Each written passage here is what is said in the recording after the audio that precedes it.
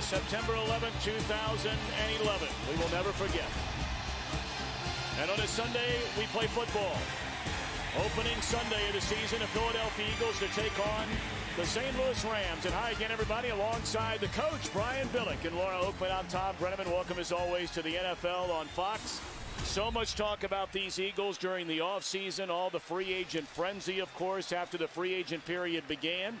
And on the other side of the ledger for the St. Louis Rams, only one win shy of a playoff berth a year ago. Yeah, I'm like everybody. I can't wait to see this dream team. Now, that's not what Andy Reid wants to call it, but you know what? He doesn't have a vote, because that's what his fans and everybody out of the league is talking about, and for good reason. But there's a few things that could turn that dream into a nightmare. He's got a reshuffled offensive line, an inexperienced linebacking core, 2 rookie kickers, and a new defensive coordinator that's never called a game in the NFL. Now, on the other side of the field, they've got some confidence, primarily because of their second-year quarterback, Sam Bradford. They think he's an elite player. They also have made some additions on the defensive side of the ball. They're thinking division championship for the first time since 2003. So here we go, Bradford and the Rams. Hosting the Eagles, of course, the Los Angeles native Andy Reid, the longest tenured head coach in the National Football League, his 13th year.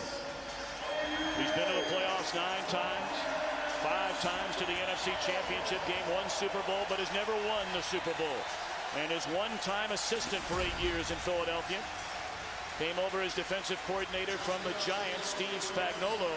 Won 1 game his first year, 7 games last year. The Eagles have won the toss, elected to receive, and the rookie Dion Lewis will bring it out 7 yards from the end zone, and not a wise move by the rookie.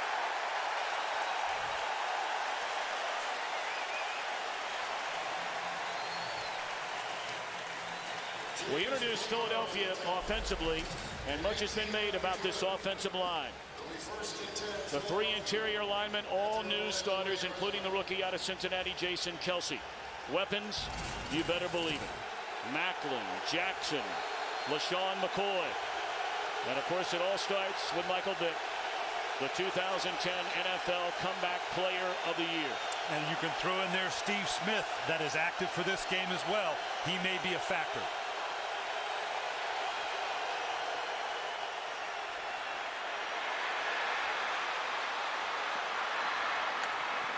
Good pickup on first down as Vick is quickly flushed from the pocket. Take a look at the Rams on defense. They were so improved a year ago. On the ends, Hall and Chris Long combined for 19.5 sacks. Linebacking core, coach mentioned a moment ago. New additions, Lieber and Popinga to join the man in the middle, James Laurinaitis. And in the secondary, the former Eagle Pro Bowler signed to a 4-year deal. Quentin Michaels starts at free safety.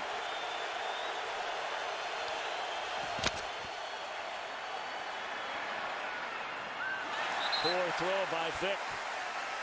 He had time to set his feet, threw it on the run. It's 3rd down. Yeah, that's twice now that the Rams have let Michael Vick get outside the edge of their defense. They talked all day on Friday, Thom, about keeping Michael Vick bottled up on these first 2 plays. They haven't done that. 3rd and a yard.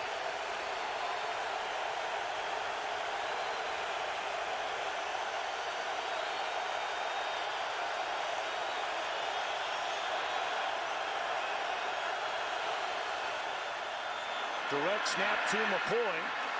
Slips to the inside, and LaShawn McCoy has a first down up to the 29-yard line.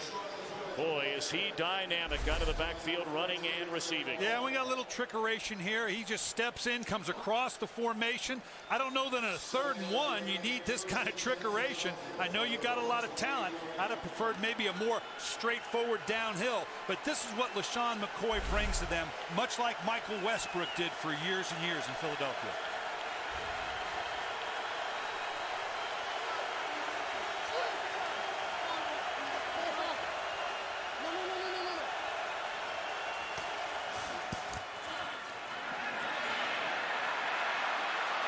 McCoy trying to break it the other way, beats Robbins to the corner. What a nice play in the open field made by the former Eagle Pro Bowler, Quentin Michael. Yeah, Quentin Michael saved a big play here. McCoy's going to work his way back across the field. He got outside that edge, and had he not made this play, he might have gone to the house.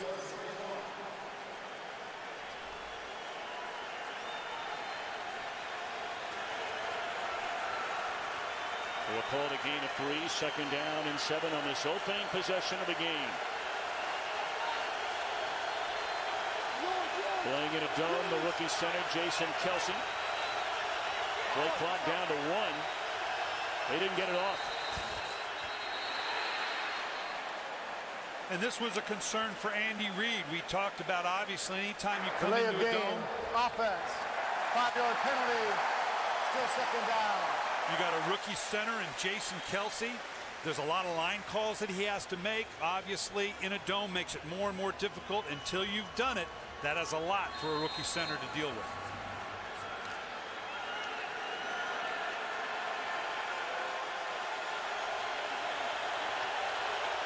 Hey, lucky.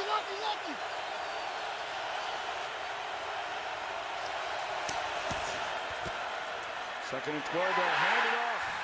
And McCoy chopped down in the backfield. That's James Hall.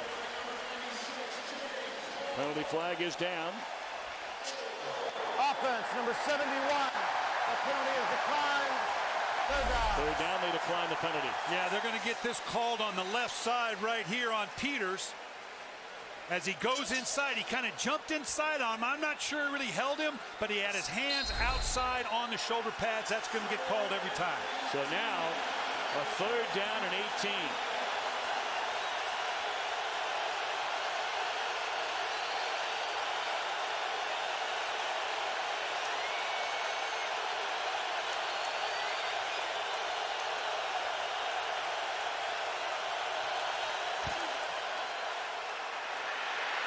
Down goes Vick. And then he apparently kept that knee from touching the ground, escaped briefly, but he's sacked. They brought Bradley Fletcher off the corner to get him. Well, Bradley Fletcher's coming off the edge, and it's like Vick had no idea. Nope, he thought the receiver on the edge was going to chip. That's not Michael Vick's fault. There should have been a hat on Fletcher. He thought it should have been picked up. It was a mistake by the receiver who had the edge. Surprised Vick coming off the backside. Eagles line allowed 49 sacks a year ago, 4th most in the NFL. So you can understand why all the changes. First NFL punt by the rookie Chaz Henry, and it's a short one. Amendola dropped it, but covers it up. A great field position for the opening possession for the Rams at the Eagle 47.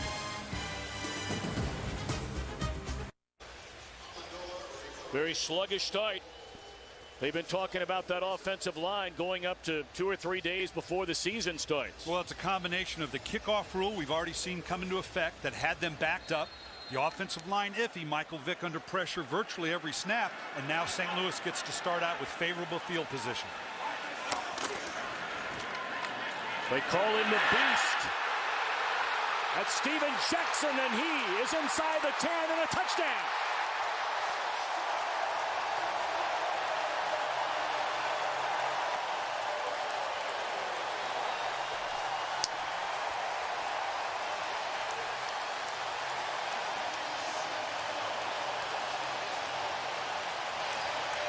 Not a bad start for the Rams. Well, you can see right here, we talked about this young linebacking core. I want you to watch as he comes in the line. Stop right there. They have over-pursued. The slot man comes up and protects. That turns into a touchdown for Steven Jackson.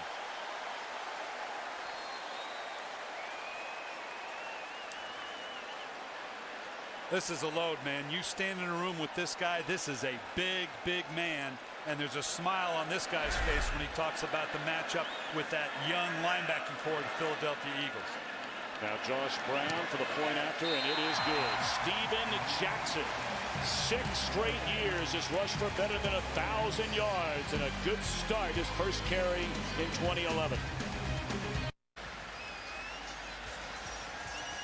7-0 St. Louis. Big touchdown run on the first carry for Steven Jackson, and first-year defensive coordinator Juan Castillo already trying to figure things out. Well, Juan's enthusiastic. He wants his team to be physical and play fast, but you got to get aligned properly. And we've already talked about that young linebacking core aligning itself. You got to work in tandem. Lewis will think better of bringing this one out. So 11-14 to go in the opening quarter. 7-0 Rams in front. Coach Billick, before this game ever began, you talked about a couple of the issues they've been talking about in Philly for the better part of 3 weeks. This offensive line, their linebacking core, and despite all the big-name free agents, it's still a team game. Yeah, Casey Matthews is a rookie inside at middle linebacker, but he's got a second-year guy and a third-year guy in Foku and a second-year guy in Cheney that he's working with. That's a very young group. On the other side of the ball, we talked to James Laurinaitis in St. Louis. He talked about how comfortable he is having long-time veteran guys with him now. That second level of linebackers is so key to getting a defense to mesh right.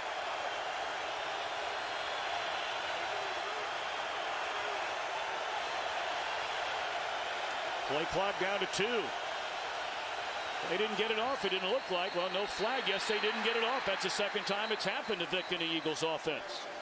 Prior to the snapping of the ball, Philadelphia has called their first timeout.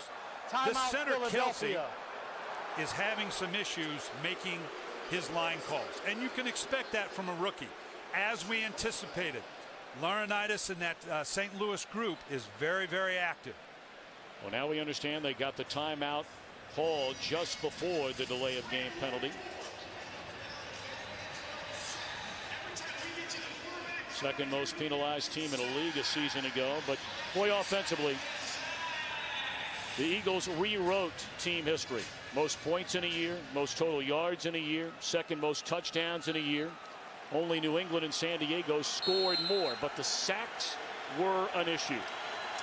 Yeah, and you're talking about a team that's been 2 division titles in the last 2 years, and yet they come in and blow this team up because they knew they had to be different. Rocky, Rocky, Rocky, Rocky, Rocky, Rocky, Rocky.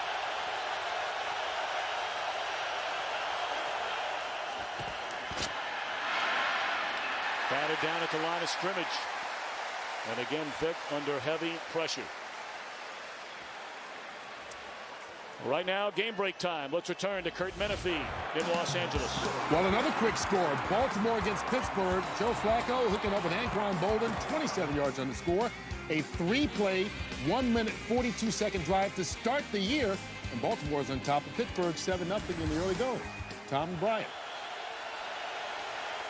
Kurt, thank you very much. Your old team, the Ravens, you won a Super Bowl with that team 11 years ago. Always a great game against the Pittsburgh Steelers. Good protection this time. Looking down the field, and somehow, some way, the catch is made by Deshaun Jackson. Wow, now that's just throwing the ball up for grabs to a guy. I don't know that I want to throw a jump ball to Deshaun Jackson. He's usually going to get behind the secondary. But Michael Vick having great deal of confidence, obviously, in his arm to get it there. And Deshaun Jackson, they just lost sight of it. That's a great catch by Jackson. The secondary lost sight of the ball. That easily could have been a pick. Jackson, a brief holdout once training camp began in the final year of his 4-year rookie contract. Still looking for that big payday, but he is their Ryan Howard, their big home run hitter. Poor throw to the open fullback, Owen Schmidt, 2nd and 10. I want to show you something here, Tom, that's putting a lot of pressure on Kelsey, the center. Because they're in gun so much, look, his head is down. Because of the gun, he's got to get his head down to account for Vic. Now he's got to look up. You can see Laurinaitis. He's right there in the gap. This is a lot for a center to have to deal with. He puts his head down. Laurinaitis and the other linebackers in and out of the gaps. There's a lot to communicate with the offensive line. Here you can see it again. Up into the line of scrimmage. They're making it tough on this rookie. McCoy on the pitch to the right. And Laurinaitis. Boy, what a pickup Laurinaitis has been. 2nd round out of Ohio State. Their leading tackler each of his first 2 years in the league, and there is no question as to who the leader of this St. Louis defense is. Yeah, and that's amazing because you're talking about a third-year guy. He's sucked up into the line here, trying to draw the offensive call. Look at the lateral movement by Laurinaitis. And he can do that because he knows the edge is contained because of the nature of the defense. 3rd and 11.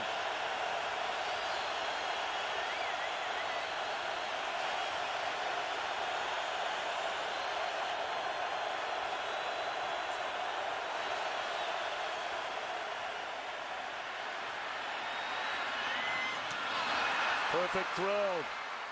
And a catch made by Jason Avant, the sure-handed possession receiver out of Michigan. Set a career high with 51 catches a year ago. A forgotten man a lot of times in this offense.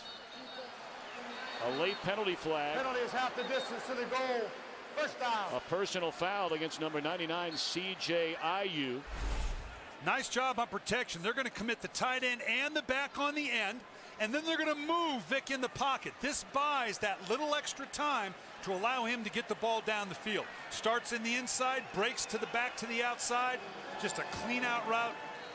This takes time for that route to develop, and the athleticism of Michael Vick. Go ahead and commit the extra guy to it. Ayu hitting Vick late, tacking on 15 more. So 1st and goal at the 10. Inside handoff to Ronnie Brown, another free agent signee, former #1 pick by the Miami Dolphins. Racked up nearly 4,900 yards his first 6 years in the league with Miami. Tom, this is where the Eagles ought to be better this year. Their running back core is a solid one. They added Ronnie Brown. They got Dion Lewis in the draft. This is a team beyond just Michael Vick that if they want to commit to some runs, and this is an area you'd love to be able to run the ball, they're capable of doing that now.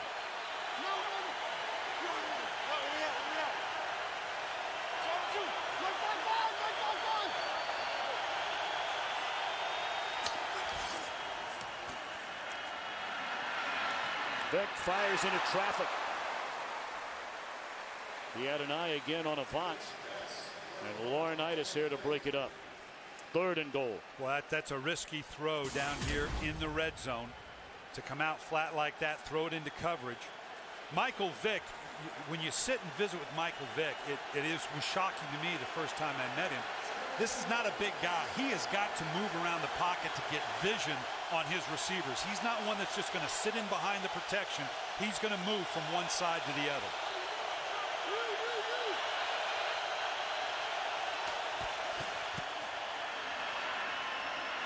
McCoy to the end zone. Great play call, middle of the field wide open. They just drop it off to LaShawn McCoy. And a 7-yard touchdown throw for Vick.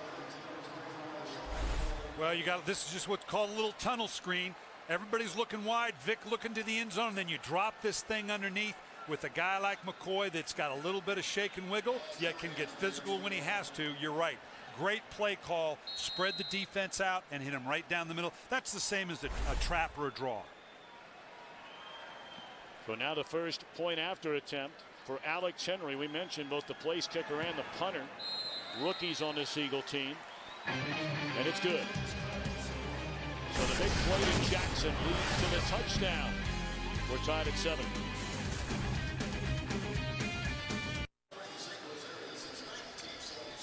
Seven game. 8:13 to play in this opening quarter. Michael Vick on the 7-yard touchdown throw to LaShawn McCoy. Well, great response by a veteran team, Tom. You and I are always talking about how does a team emotionally respond. Philadelphia coming out with a tough start, and they responded emotionally with a good long scoring drive. And the kickoffs, as we talked about throughout the preseason, now the 35. And Jarius Norwood brings it out to the 18.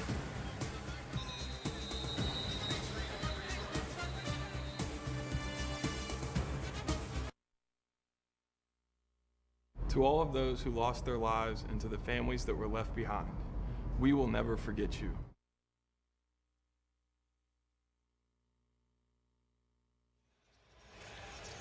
We will never forget indeed. Flight 93, Shanksville, Pennsylvania, the Pentagon, and of course the World Trade Center in New York. No words we could ever utter could make up for the feelings of those who passed or had relatives that passed or friends. But we are thinking about you, and we appreciate the great job the men and women are doing to still protect the greatest country in the world. Take a look at the Rams offensively. Outstanding tackles, Saffold and Jason Smith. They brought in Harvey Dahl from Atlanta. You know about Steven Jackson, Amendola, the one-time Eagle, their leading receiver a year ago. Play fake to Carnell Williams. First throw for Bradford. And he finds his favorite target from last year, Danny Amendola. And that's good enough for a first down. All the big names, all the changes defensively. It starts up front. Jenkins along with Babin, new additions. Casey Matthews, the rookie in the middle. Foku and Chaney have swapped positions. And of course, Nnamdi Asomugha signing minutes after free agency began, leaving Oakland. First down carry to Carnell Williams, making his Rams debut. Right now, let's take a game break and return to Kurt Menefee. Two teams on the rise, Detroit and Tampa going at it in week one. Matthew Stafford's pass off the fingertips of his tight end Will Heller into the arms of Aqib Talib. 28 yards on the score. Bucs leading in the first quarter. Tom, Brian, and Laura. All right, Kurt, thank you very much. Steven Jackson out of the game for a second straight play, and for a second straight carry, they hand it to Williams. And he has the first down up to the 45. Jackson left the field, went back into the locker room after that 47-yard touchdown run. Laura Okmin, what can you tell us? Well, he was in the locker room with the trainer for a pretty long spell. He's back out on the field. Got to keep an eye on his right leg. St. Louis is calling it a strained right quad. He came back. We saw that run, but he's on the sideline right now. I'll keep you updated. All right, Laura, thank you very much. On first down, Bradford to throw, crossing pattern to Amendola. And that's a gain of close to 3, and Jackson is over on the bicycle on the Rams sideline. Yeah, I don't want to speculate on what's gone on. Obviously, first game, the tightness, whether it's cramping, hopefully it's not a pull. Just keep himself warm. St. Louis heavy into this no huddle. They're attacking this Philadelphia Eagle defense. Nice read and a nice tackle by Jamar Chaney. He played so well in 3 starts down the stretch late last year. We talked with Sam Bradford and new offensive coordinator Josh McDaniels. There's a smile on Sam Bradford's face in terms of the tempo and the style of play that they were now going to have in St. Louis. He was excited about today.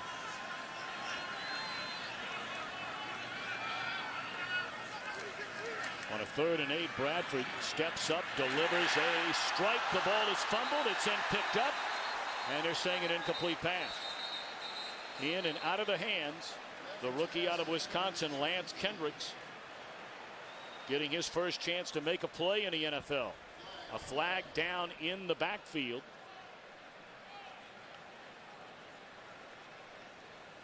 Illegal use of the hands of the face, defense. Number 93, 5-yard penalty, automatic, first down. That's Jason Babin. Boy, that is a tough one to swallow. You've got them off the field on a 3rd and long. Here the rookie, Lance Kendricks. Does he have a catch? No, they ruled it incomplete. They have high expectations for this rookie out of Wisconsin. But to now have a team off the field and they're back on the field on the other side of the 50, that's a painful penalty. Carnell Williams inside the 35, getting carries with Jackson sitting on the sideline. And after all those great years, through all those terrible knee injuries, Williams getting a chance in St. Louis. That was the same play that Jackson scored on, just a cut back out of the eye. We'll get a chance to show it to you in a minute, but right now, St. Louis staying with this no-huddle philosophy. It's moving the ball pretty good.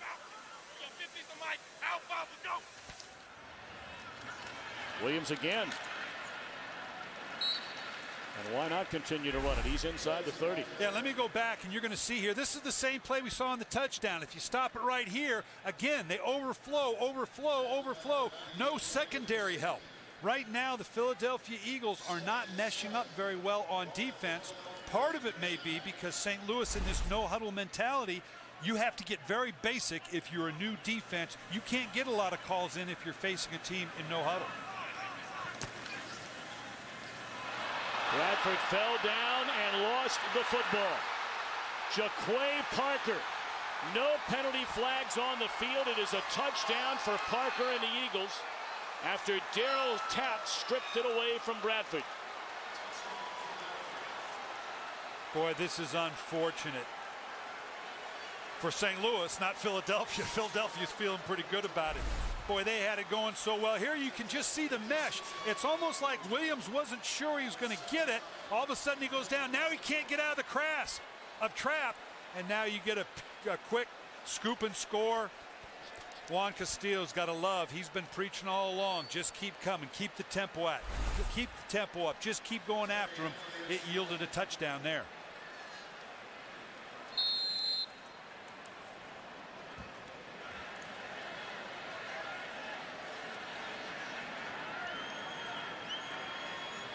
Second career touchdown for Jaquay Parker.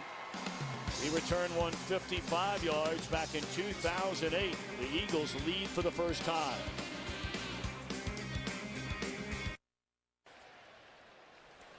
Tap the strip. Jaquay Parker returns it for a touchdown. We told you Parker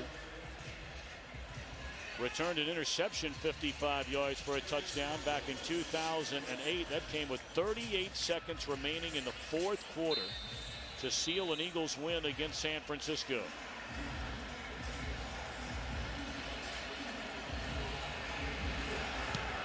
Henry puts a foot on it. And again, Norwood going to bring it out. He only reached the 18 the last time. He'll do slightly better than that this time, up to the 24. In September, we're looking into October. The American League's best teams will look to the brightest stars for the newest hero to lead them into a fall classic. Our exclusive coverage of the American League Championship Series begins October the 8th, only on Fox. Of course, they have a pretty fair baseball team in Philadelphia. Not a bad starting rotation. Let's run Cole Hamels out there in a game 3. Like your chances.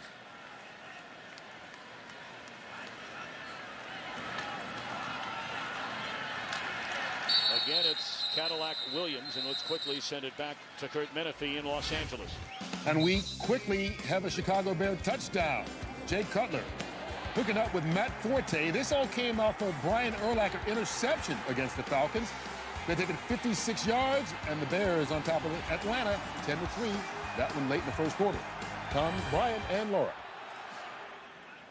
All righty, Curt Menefee, thank you very much. 3:25 to play in the opening quarter. Still no Steven Jackson since he ran a 47-yard touchdown in the first play from scrimmage. Slightly underthrown, or it would have been a huge gain for Badgema. Nonetheless, a first down up to the 42. Well, and one of the reasons for this no huddle, one of the difficulties for Josh McDaniel with Juan Castillo, you have no history. What do I look at? How do I know what he's going to run? So by going no huddle, I can maybe calm it down and get a sense of what his defensive philosophy may be. This is a good move by offensive coordinator Josh McDaniel.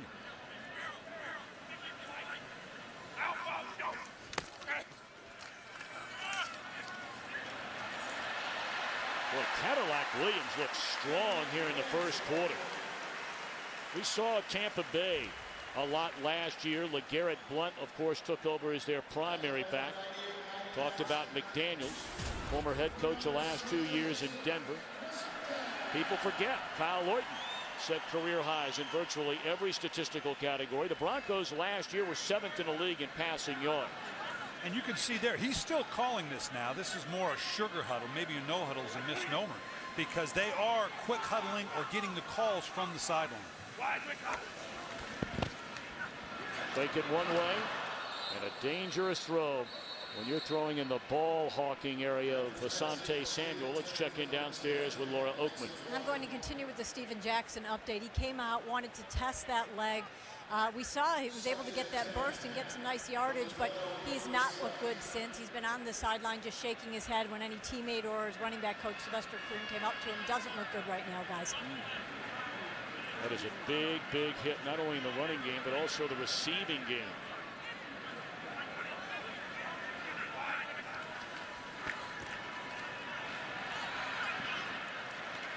Darnell Williams inside the 45, down to the 40, we'll call it 43-yard line. Will bring up a 3rd down and 5.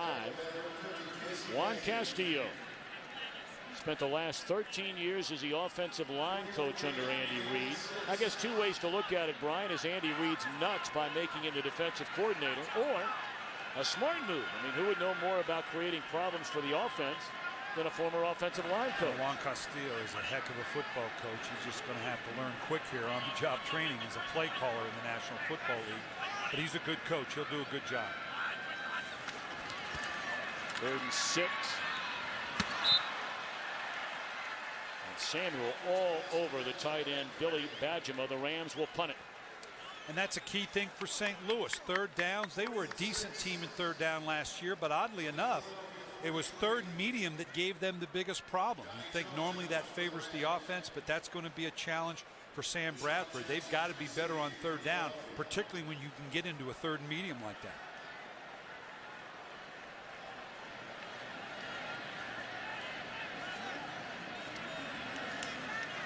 Jeremy Maclin, playing in his hometown of St. Louis, drops back. And his teammate Jackson will watch it bounce into the end zone. So the minute 7 to play in the opening quarter, the Eagles with a 7-point lead. I'd like to tell you about what's going on with the NFL today, holding a special auction to benefit 9/11 charities. Autographed game-worn jerseys from today's game, along with today's game ball and other unique NFL items, will be auctioned to raise money for Tuesday's Children and My Good Deed, 2 great organizations. Please visit NFL.com/auction today to bid if you're able.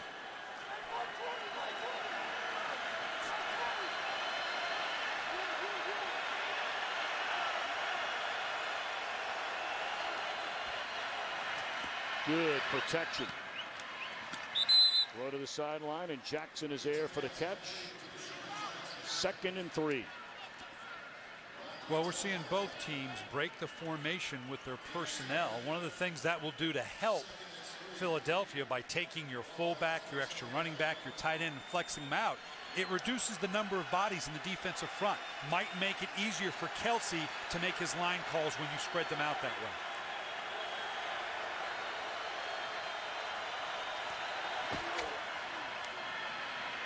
First carry for the rookie Dion Lewis. 5th round pick out of Pitt. He had an outstanding preseason. In fact, in the final game against the Jets, rushed for 62 yards. They very much like the way he might fit into this offense. Yeah, and you can see here, this is coming out of the draft. A elusive guy. He's a hit and spin type of guy. Needs to be able to also punt return and kickoff return. He will provide a specific role for Philadelphia. Well, that's the end of the opening quarter. Eagles 14, Rams 7. Fox NFL Sunday continues after these messages.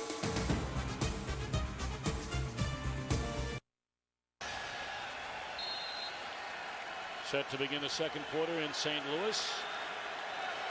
Eagles, thanks to a big turnover, a 14-7 lead.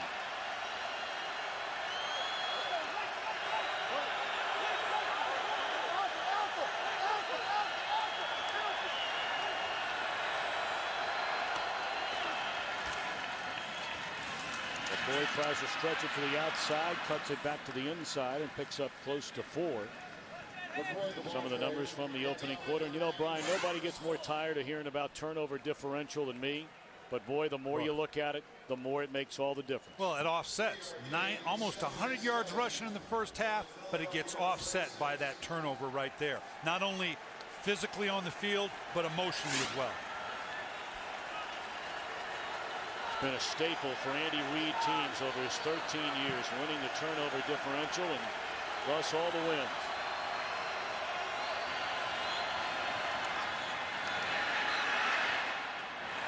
Vic under heavy heat from Laurinaitis. Rather, Popinga just brought in as a free agent. Started for 3 years in Green Bay till Matthews arrived. They're bluffing here, and then all of a sudden they shoot the gap right there with both of them. One guy was supposed to peel. They were vulnerable there. That might have been a big play, but fortunately, Vic gets pressured enough that it's a bad pass. Looks like Laurinaitis was supposed to blitz and peel and go with the back to the half. They dodged a bullet there. You're just picking me up. I appreciate it. I got your back, big fella. Yeah, it's Ohio State guy. We got to take care of it. All right, a 3rd and 7. Blitz coming. Vick too high. Looking for Jeremy Maclin. Justin King applying the pressure off the corner. Let's send it back to Kurt Menefee in Los Angeles. It didn't work in your game, but every now and then a high pass does. Ryan Fitzpatrick throws it up. Stevie Johnson goes up and gets it. 27-yard score, and the Bills lead in Kansas City 14-0. Thom and Brian. All righty, Kurt, thank you. We saw Kansas City in the preseason. They had a very favorable schedule last year, winning the AFC West. Going to be a tougher time for them this year. Former Florida Gator. Was it touched by Amendola? He thought it was. He knew it was. He covered it up. And I mean right on top of him down there in case he made a mistake was Colt Anderson. Looked like it hit Anderson first.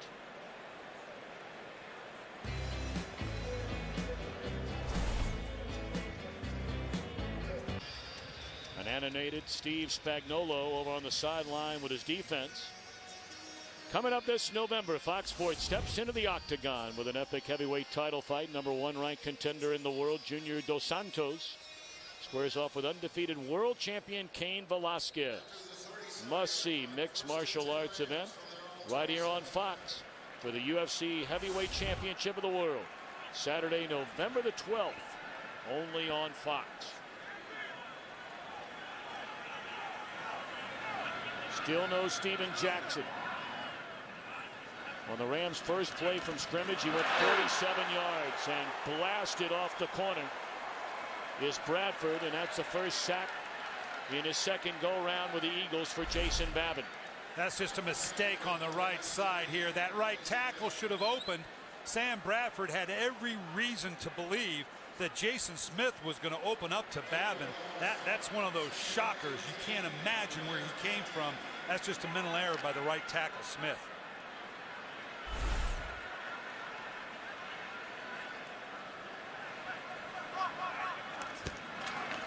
Second down and 18. The first man through. They give it to the fullback, Brent Miller. That's a nice pickup on second down. Up to the 32-yard line. Imaginable third down coming up. Well, you just sneak one of these in here every once in a while, 1 or 2 times. You just all of a sudden they're flowing, thinking the pitch man, and you hand it to the fullback. He'll probably have maybe half a dozen to a dozen carries a year. None bigger than that. Well, second and 18 has become third down and 6.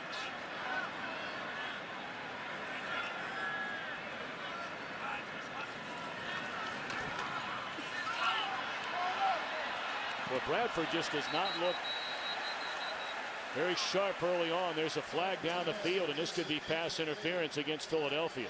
It is.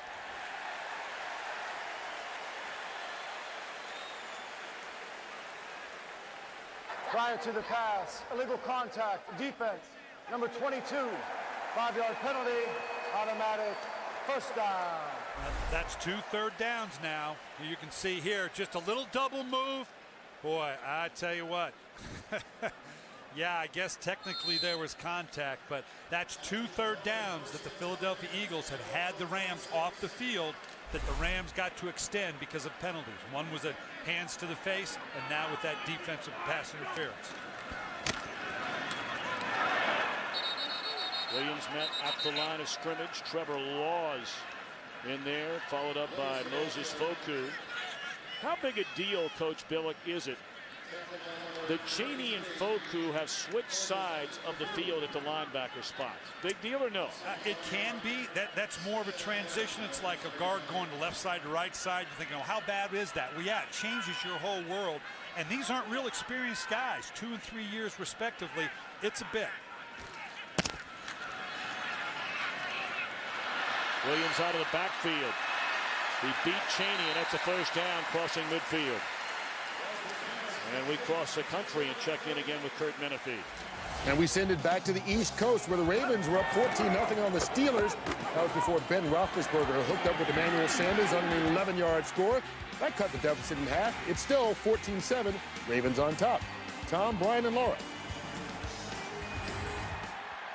Kurt, thank you very much. First down and 10 for Bradford and the Rams right at midfield. Rams trailing 14-7. Good coverage this time by Chaney on Williams. Incomplete. Well, the Eagles haven't begun to slow the Rams down in the running game, so I imagine we're going to still see a heavy dose of that. And then just what we saw, Sam Bradford with the play action fake off of it. They've gotten out of the no huddle or the sugar huddle. Obviously, Josh McDaniels feels like he's got a little bit better bead on this Philadelphia Eagle defense, more specifically the way Juan Castillo wants to call it.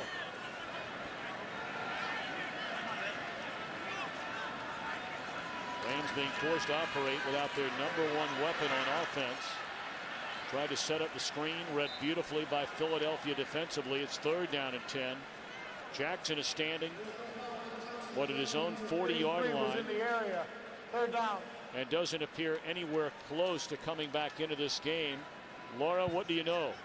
You know, I know he was so excited about his matchup today. He wanted to pick on those linebackers all day. He told me he's looked so disappointed. The Rams aren't going to let us know anything officially until halftime, but it sure doesn't look like he's any close to returning. Man, 1 carry, 47-yard touchdown, has not returned.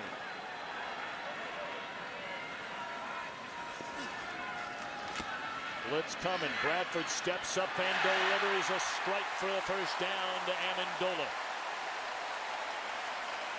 He beat Dominique Rodgers-Cromartie, who came over in the Kevin Cobb trade from Arizona. Well, we were wondering what were they going to do with Amendola here in the slot right here. Who were they going to put on him? They put Rodgers-Cromartie. That is a tough coverage duty for a corner. You're inside on a slot. It's basketball on grass. You got a 3-way break, right, left, and vertical down the middle. That's tough duty for any DB.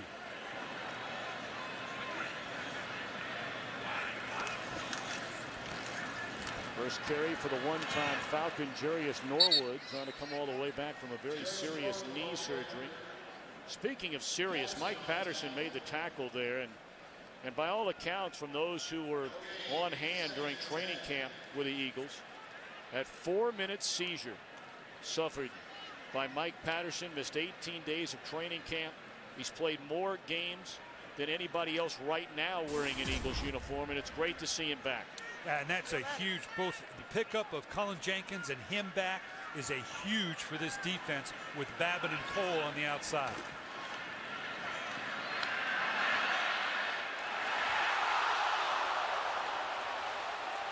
Well, all we heard about was Lance Kendricks and all the great days he was having in training camps. That's 2 drops in his NFL debut. That's just rookie nerves right there. This is the leading receiver in the history of the University of Wisconsin. Started out as a wide receiver. This is a tremendous athlete, but obviously the rookie nerves are showing up here because those are 2 big drops.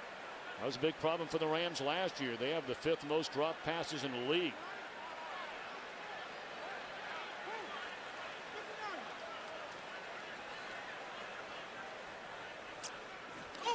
Blitz coming. And Gibson can't hang on.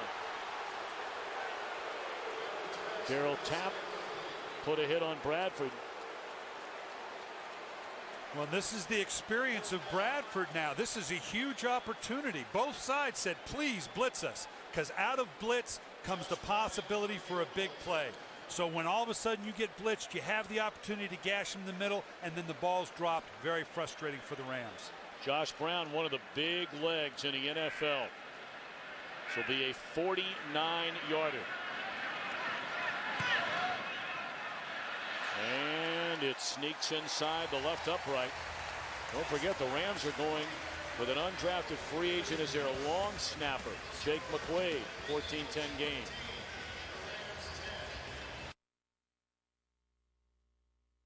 To the men and women of the military, police, and emergency response teams, thank you.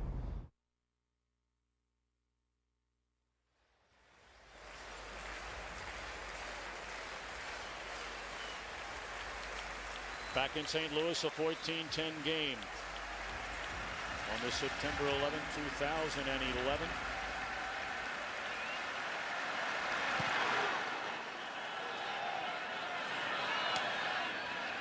Lewis going to bring it out again. And again, not a wise decision. That's twice the rookie's done it. And twice he hasn't made it to the 15.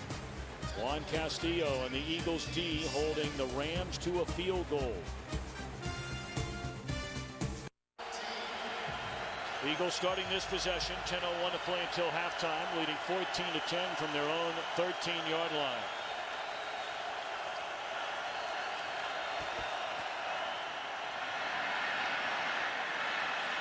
Vick looking down the sideline and through the fingers of the intended target, Deshaun Jackson. That was a well-thrown ball against a cover 2 with the safety bearing down on him. That hit him strictly right in the hands. You can't throw that any better on Michael Vick's part, and Deshaun Jackson knows it. He was out to the races. That would have been a 90-plus yard touchdown. And of course, that's his MO. With his 26 career touchdowns, 19 have been from 30 yards or longer, including 7 of them last year. Jackson's up here. May want to go to him again.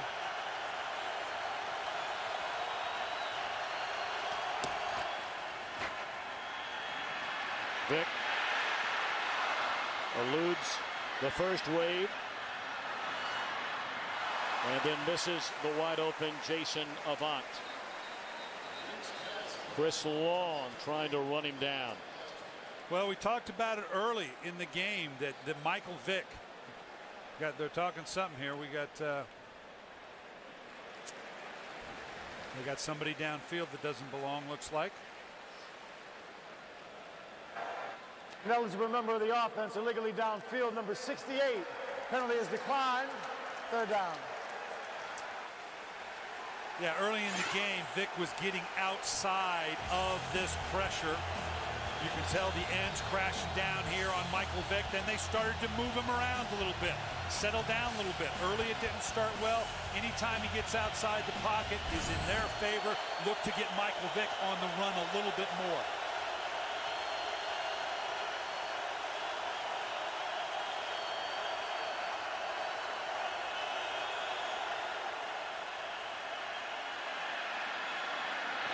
Great protection this time. And it's Macklin back in his hometown. He went to Kirkwood High School and moved on to the University of Missouri. Well, they're showing pressure here, but then they all fall out. This is a 3-man rush. If you're only going to have a 3-man rush against Michael Vick, you better get your hands on these wide receivers because he's going to have a long time to sort out where he wants to go. That was Harriman's working on Long. Harriman just moved from left guard to right tackle with all the changes in that line. Of course, Macklin had a summer health scare, got tested for lymphoma and other serious illnesses, did not play at all in the preseason. Well, he's a big part, obviously, in combination with Deshaun Jackson, particularly with the Michael Vick at quarterback. The ability to move around. You throw in Jason Avant, yet we've seen Stephen Smith. That's a gifted, athletic receiving corps. Vick tucks it away, picks up close to 3, and let's go back to Kurt Menefee for a game break. Well, the Cleveland Browns, a popular pick today in a lot of suicide pools, mine included. Colt McCoy trying to help us out, hooking up with Ben Watson, 34 yards on the score. They were down 13-0 at one point. It's a little bit closer, 13-7 approaching halftime. Thom and Bryant.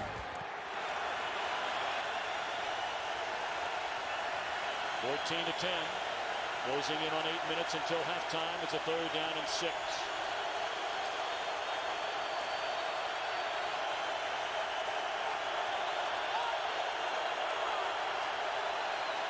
And the play clock down to 1. They spent a timeout. They've already had 1 delay of game penalty. Nearly had a second.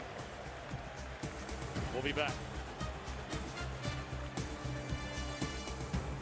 The Atlanta Falcons, following an 18th-month stay in prison for fighting and killing dogs, the Eagles took a chance on Vick.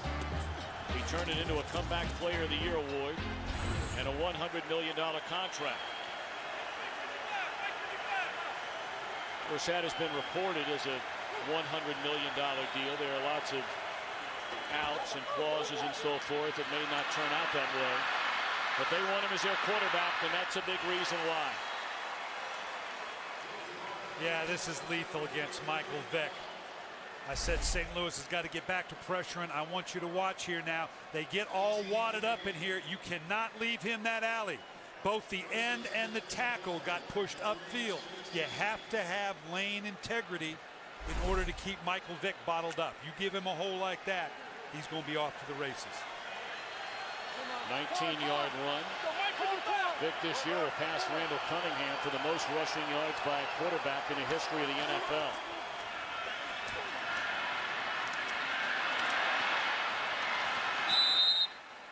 Greg Dahl able to come up and slow down McCoy just enough. Second down. You know, I was fortunate to have Randall Cunningham late in his career, and he, like Michael Vick, very much wanted to show he could be a pocket quarterback, a guy that could win from the pocket. We actually had to get to the point we had to kind of push Randall out of the huddle, say, you know what, we're out of the pocket. It's okay for you to still run. You don't have to do that with Michael Vick. He sees a hole like that, he's going to take it.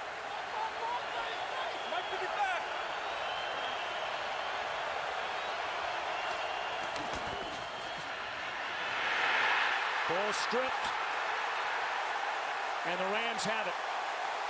Quentin Michael, Vick's former teammate, on the safety blitz, catches Vick on the blind side, and Laurinaitis covers it up. Boy, that is a tough one after a play-action pass. He went play fake to the left on the backside. In order to sell it, your offensive line has to sell it out to the play fake side. If someone extra comes off the edge, you got no IDs there. Obviously, Michael Vick didn't.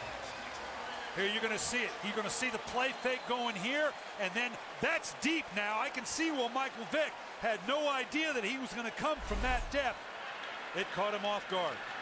So now 5:10 to play until halftime. Still no Steven Jackson. It's Carnell Williams replacing him. If you're just joining us, Steven Jackson on the first play from scrimmage rushed 47 yards for a touchdown. He has not been back in the game since. Turnovers even now at one apiece.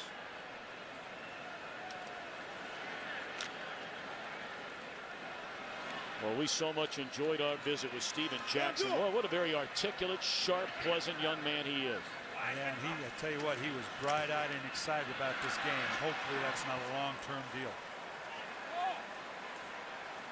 Bradford having to get off the deck once again. We made a lot about the offensive line and what they're doing for Vick. What about the offensive line for Bradford? He's been under a lot of pressure. Yeah, and it's a different built offensive line than we talked about with Pittsburgh, or excuse me, with Philadelphia. You're talking about a first and second round draft choice in Peters, with Smith and Saffold coming off the edge, and they've got a bunch of free agents that they went out and acquired on the inside. It's the way they chose to build their offensive line.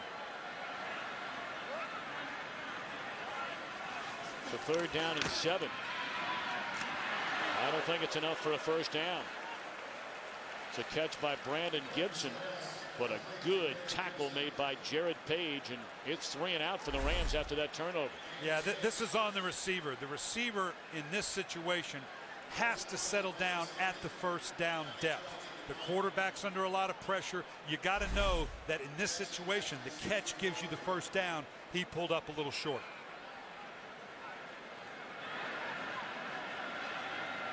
Deshaun Jackson has 4 punt returns for touchdowns during his career, including one of the more memorable plays from last season to beat the Giants. Ball will be down to the 31.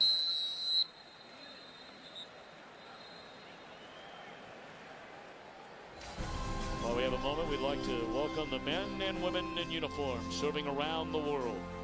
Watching today's broadcast in 175 countries on AFM, the American Forces Network.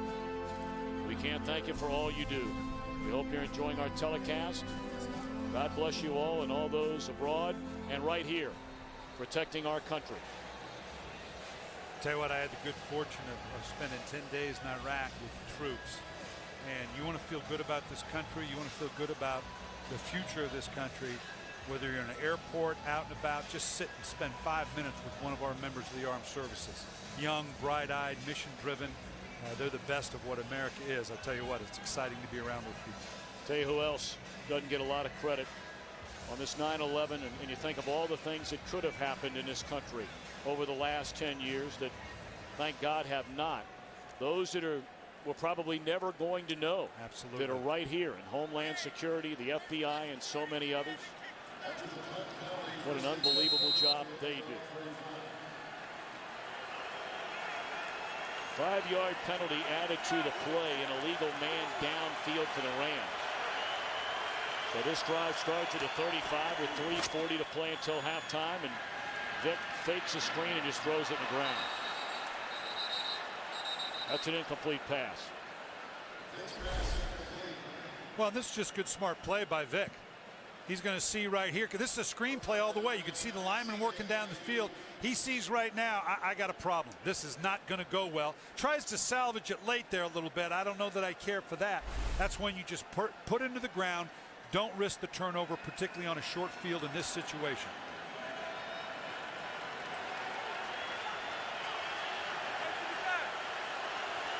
Eagles have 1 timeout remaining. He's killing the play. This should be a run. Nope, couldn't get it off. That's their final timeout of the half. Yeah, what Vick saw, you can listen here what he's doing to the play.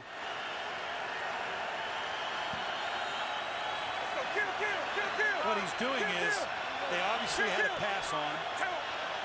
St. Louis was getting to a very soft defense, a shell 2 defense, which says when I'm in 3 wides and spread out, this is a good running formation. He was killing. That means in the huddle, he had a pass called, and if I say kill at the line, that means I'm going to kill it to whatever run I may have had. Realized he couldn't get it off.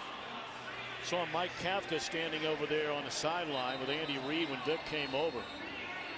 Certainly worth noting that Vince Young, another free agent they brought in, coming from Tennessee, injured his hamstring in a final preseason game. He looked very good in the preseason when he played, but he is inactive today, so Kafka is the backup quarterback.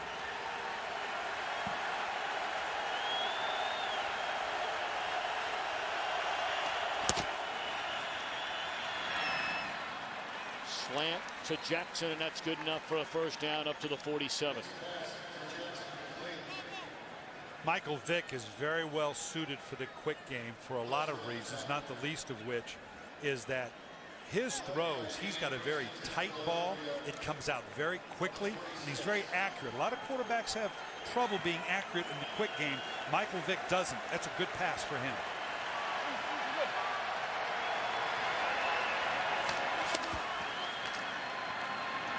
They bring the blitz. It's picked up.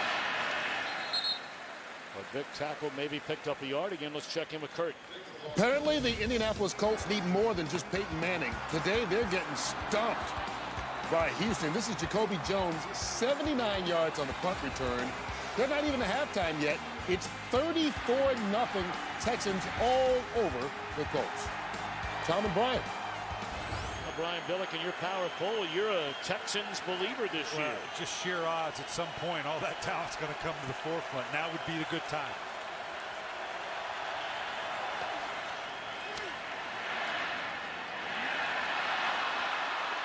Able to slip a tackle as McCoy turns a loss into a gain. And McCoy is to the 45. It'll be 3rd down and a yard. You're all over the place. I mean, you're on FoxSports.com. Twitter at Coach Billick. And if any of you have a question, by the way, it's Coach Billick on Twitter. You're dialed in at halftime. I'm ready to go, man.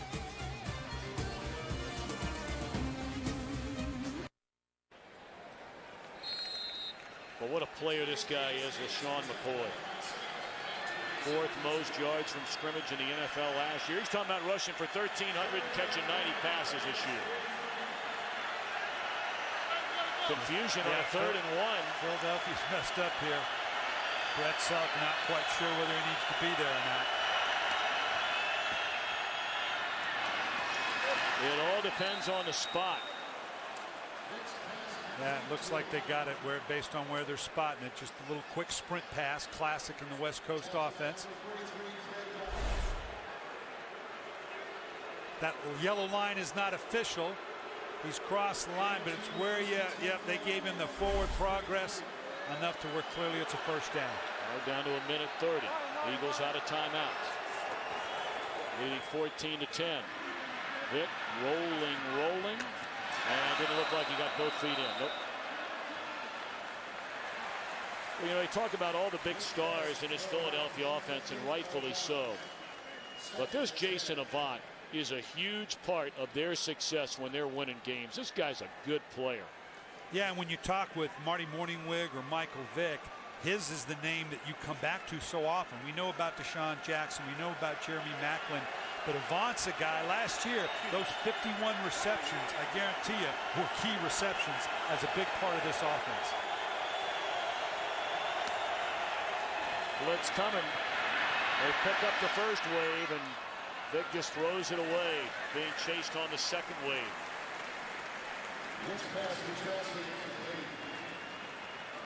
Well, a minute 17 away from our Visa halftime report. The entire gang back together again. Scores and highlights. Indianapolis without Peyton Manning. And all the up to the second stats. The Visa halftime report. 3rd and 10.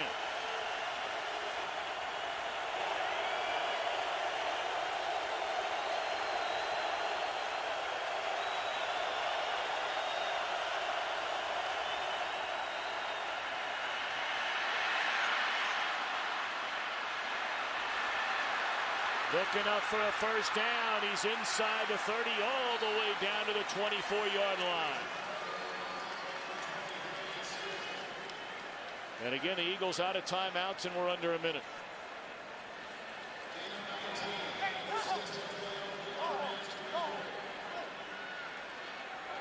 St. Louis looks a little disjointed right now. They better get themselves set here.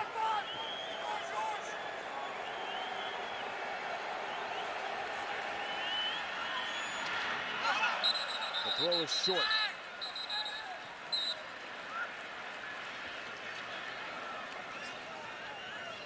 Well, Michael Vick, this situation is classic Michael Vick in the 2-minute, particularly when you get into some of the loose prevent defenses. Steve Spagnuolo told us the other day, Michael Vick, he's got 7 pairs of eyes. This guy sees everything. His ability, particularly if you get passive with your rush, because it isn't a 2-minute situation, he can crank off a big run like we saw, and all of a sudden now you're down in scoring territory.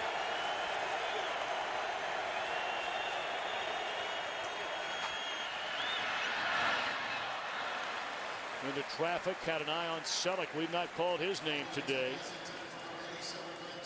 He has had 4 rock-solid years with Philadelphia.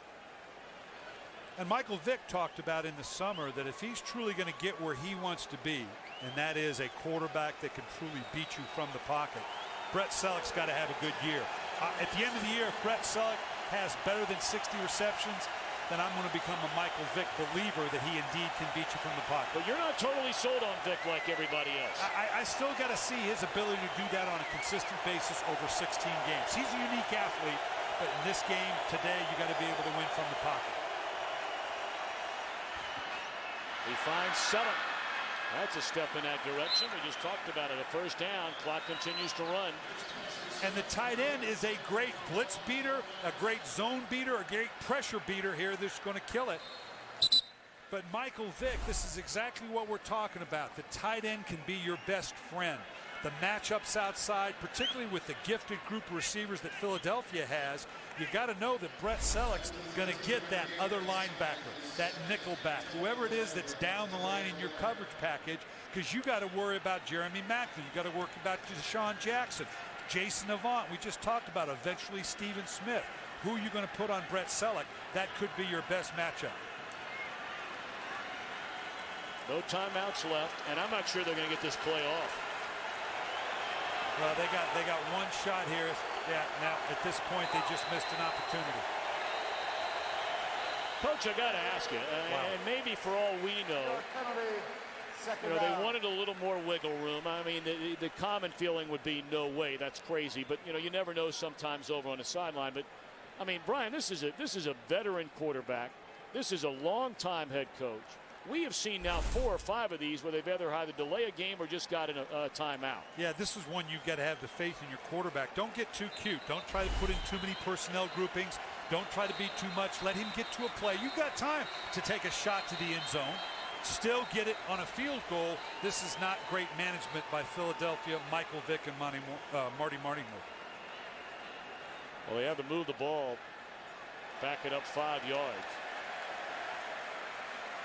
But they'll use this as a teaching opportunity as well as they go down during the season. We're the first game of the season, guys. The one thing that the no off season, no OTAs, diminished training camp, the specialty situation calls that you didn't get to practice, this is exactly the thing that you probably didn't get to cover enough during this unique off season and preseason.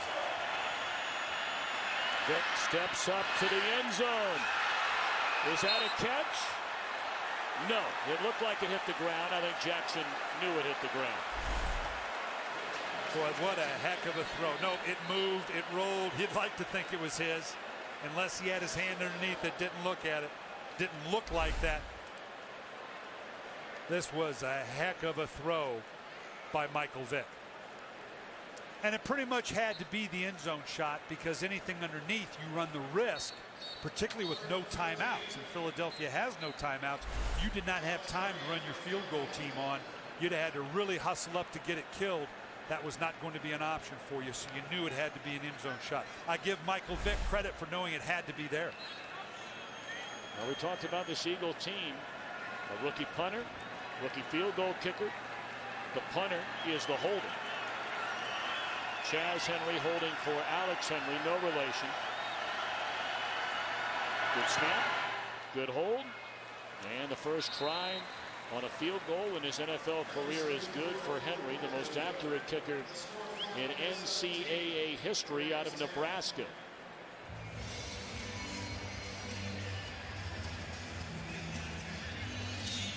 I guess if you're going to take a chance on a rookie kicker, drafting a guy who's hit 63 out of 65 inside of 50 during his college career, not a bad gamble. But hey, David Akers went to 5 Pro Bowls. I know he missed 2 big field goals in a playoff loss to Green Bay last year.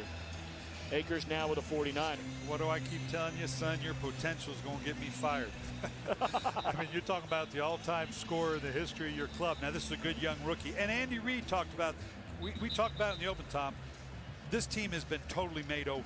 And that's an excellent example of it. You're letting the all-time leading scorer in the history of your franchise leave because you've got to get younger and make this team over. Yeah, there'll be some bumps in the road with these young rookie kickers, but so far they look like they're up to the task.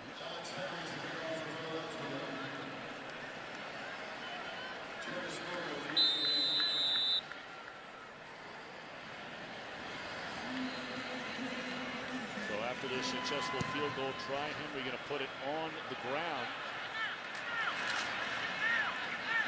And that's up to the 39-yard line, and well, there's still 1 second remaining. Well, you kick the ball like that because you don't want to risk a big return.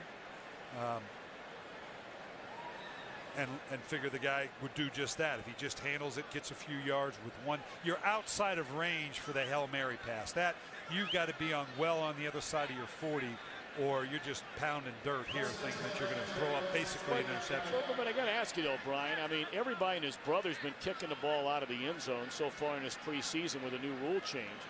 If you kick it into the end zone and there's no guarantee, big difference between a Hail Mary from the 40 as opposed to the 20, right? Sure, yeah, or like we saw in Green Bay, 108-yard kickoff return for a touchdown. So either way, they did the right thing. It didn't matter. They say the clock should have run out rather than staying with 1 second left. 17-10, Philadelphia leads at halftime. Visa Halftime Report. More people go with Visa. And welcome to the Visa Halftime. Kurt Menefee along with Terry, Howie, Michael, and Jimmy. St. Louis hosting the Eagles, TB. All right, good first half. Michael Vick got that old big contract. We had a little debate about that on the pregame show. But it's Steven Jackson. First play of the year. A off tackle, 47-yard touchdown run, but he does end up injuring his thigh, and his return is questionable. 7-0 Rams. And then a little delayed screen from Michael Vick to LaShawn McCoy, 7-yard strike. Halftime score 17-10 Eagles over the Rams. Atlanta Falcons at the Chicago Bears. Roddy White, in honoring of the men and women on this day 10 years ago that lost their lives wearing an American flag on his shoes. Matt Ryan, quarterback. Atlanta rolling right, pass intended for the tight end Gonzalez, picked off by Brian Urlacher. Jay Cutler then drops off this screen pass to Matt Forte. Forte looking to get a new contract before the season, did not do so. But he takes this screen 56 yards. Keep doing that, you'll get one. 16-3, Jay Cutler, big first half. Bears all over the Falcons. Lions at Tampa Bay, Kellen Winslow running out with the American flag. Beautiful sight. Fourth down, second quarter, Stafford down the right side. Drops it in over everyone's head. Finds his receiver, Calvin Johnson, down the sideline. 36-yard touchdown pass. It is Stafford has 2 touchdown passes in the first half. 20-13, Lions on top of Tampa Bay. Steelers at the Ravens. Ray Lewis on the sideline with one of our brave soldiers. Joe Flacco. Man-to-man coverage on the outside. He finds Anquan Boland, has a half a step. It's a 27-yard strike, 7-0 Ravens. And then Flacco stepping up.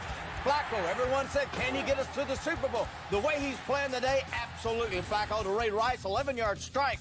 21-7 Ravens all over my Steelers halftime score. Colts at the Texans. No Peyton Manning. Kerry Collins warming up. Kerry Collins sacked by Antonio Smith. Ball recovered by Sean Cody. Leads to a 1-yard touchdown. It's 10-0 Houston. Someone has got to play football for the Colts. Yes, you've lost your leader, but still play special teams, still play defense. They do neither. Schaub to Johnson, 4-yard strike. It's all Texans, 34-0 over the visiting Indianapolis Colts. Tennessee Titans at the Jacksonville Jaguars. Matt Hasselbeck, Titans' new quarterback, coming over for Seattle. Watches as Luke McCown, quarterback for the Jaguars, hands off to Maurice Jones-Drew. 21-yard touchdown run, 10-0 Jaguars over the Titans. That is a halftime score. Bengals at the Browns. Andy Dalton, it's a second-round draft choice rookie out of TCU. Play action, back in the end zone, crossing route, 2-yard strike to Jermaine Gresham. Touchdown, 10-0. It is Cincinnati on top of Cleveland, but Colt McCoy with 2 first-half touchdown passes, 2-yard strike to Evan Moore, and it's the Browns with a 1-point lead. 14-13 over the Cincinnati Bengals. Buffalo Bills at Kansas City Chiefs. That is Matt Castle, the quarterback, helping to hold the American flag. Ryan Fitzpatrick, quarterback for the Buffalo Bills. 23 touchdown passes last week. This 27-yarder to Stevie Johnson gives Buffalo a 20-7 halftime lead over the Kansas City Chiefs. Remember, last year at home, the Kansas City Chiefs were 7-1. All right, that's how they won the AFC West. Let's get back to the team a lot of people think will win the NFC East this year, Philadelphia. Michael? Well, you know, you get a chance to see what the Eagles are excited about with Michael Vick. When he can run around, make plays happen. Deshaun Jackson dropped a few potential touchdowns. But the concern for me with the Eagles right now watching this game is the run defense. If the St. Louis Rams come out in the game, run the ball, keep Michael Vick off the field, and I think that gives them a better chance to make a comeback. How valuable was the Cadillac Williams pickup, given Steven Jackson's injury? Huge pickup. All right. Well, not only that game had that big play, or the big run by Steven Jackson, but it also had the play that's our Visa team play of the first half. Sam Bradford with the fumble to Quay Parker. 56 yards later on the score for the touchdown, the lead, and the Visa team play of the half.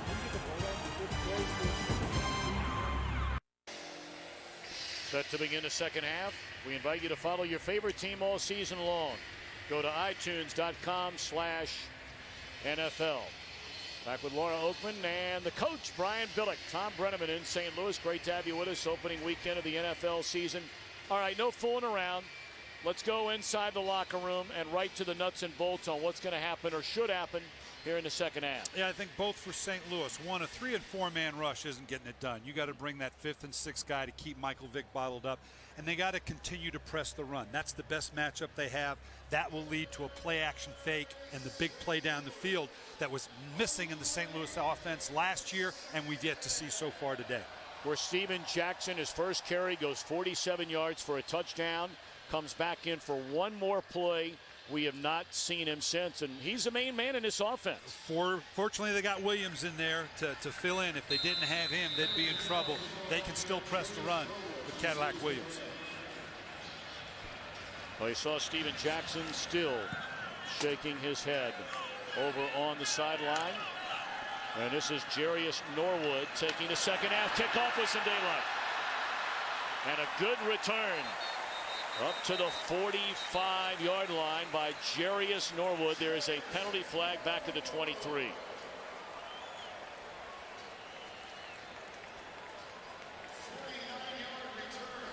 During the return,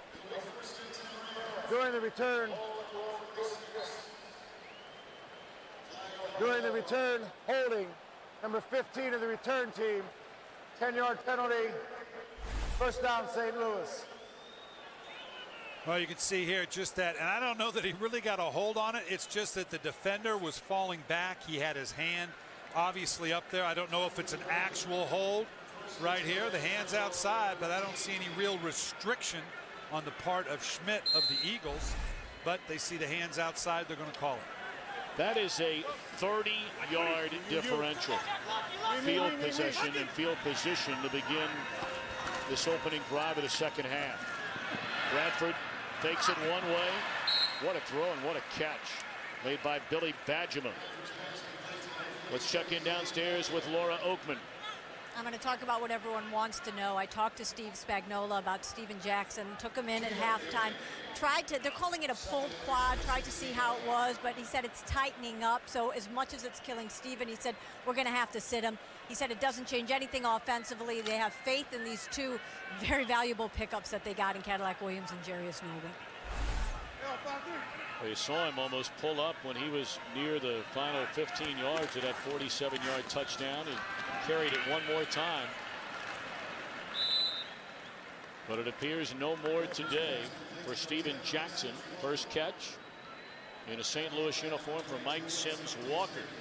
Signed as a free agent from Jacksonville. Third down on this opening possession. Yeah, and you don't going back to Jackson, you don't want to mess with a quad now. That can linger a long time. They want Steven Jackson for the long haul. Third down again, third and medium, third and short has been the nemesis of the St. Louis Rams. It was last year. They've got to convert when you got a convertible third down like this. Trickery.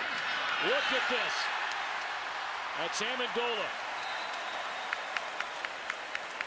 Well, we saw in practice the other day, they threw it to Jarius Norwood, who throws it back to Bradford. And that's a first down and a completion. Yeah, they're just trying to get width here. You can see a delay, almost like a screen action. Amendola's going to sneak out. This is a lot to go through for 4 yards, but they're glad they got it. And that was under duress. Sam Bradford taking a hit once he got that ball out of his hands. Amendola slow to get up. All right, back to the run game. And Williams run out of bounds. First time we've called the name of Casey Matthews today. Rookie linebacker, 4th round pick out of Oregon. Of course, he's from a football royalty family, the youngest member. That name Matthews, his grandfather Clay played in the NFL. His dad, of course, longtime Pro Bowler, played 19 years. Uncle Bruce, a Hall of Famer lineman, and you know all about his brother Clay in Green Bay. That's why they call it the bloodline. That's a pretty good bloodline.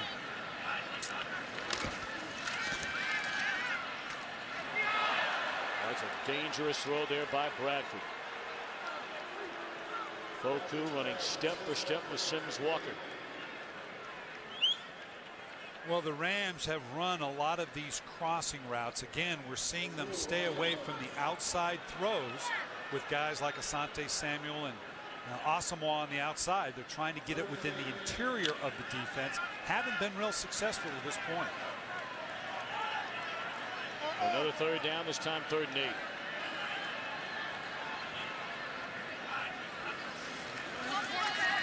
Blitz coming. Bradford gets it away, and it's another drop. This time by Amendola. There is a flag down. This could be another big third down flag on Philadelphia. Personal foul. Roughing the passer. Defense number 58. Contact below the quarterback's knee. 15-yard penalty. Automatic. First down. Yeah, Trent Cole knows better. Yeah, you can see right there. That's the Carson Palmer rule.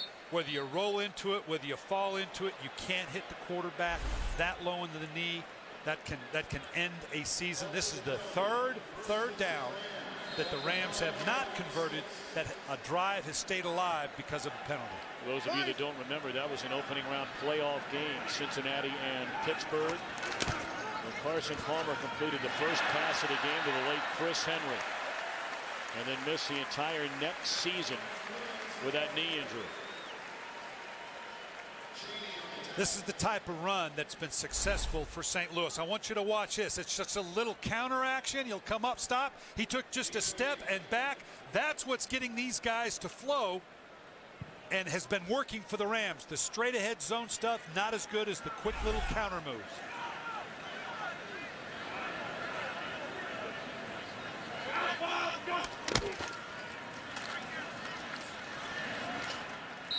Didn't need much. Didn't get much. To finish that Carson Palmer injury on the hit he took. He was able to come back and play the following year. But boy, it was an ugly injury, and needless to say, a devastating blow to the Bengals' chances that year in the playoffs. Yeah, and Tom Brady now.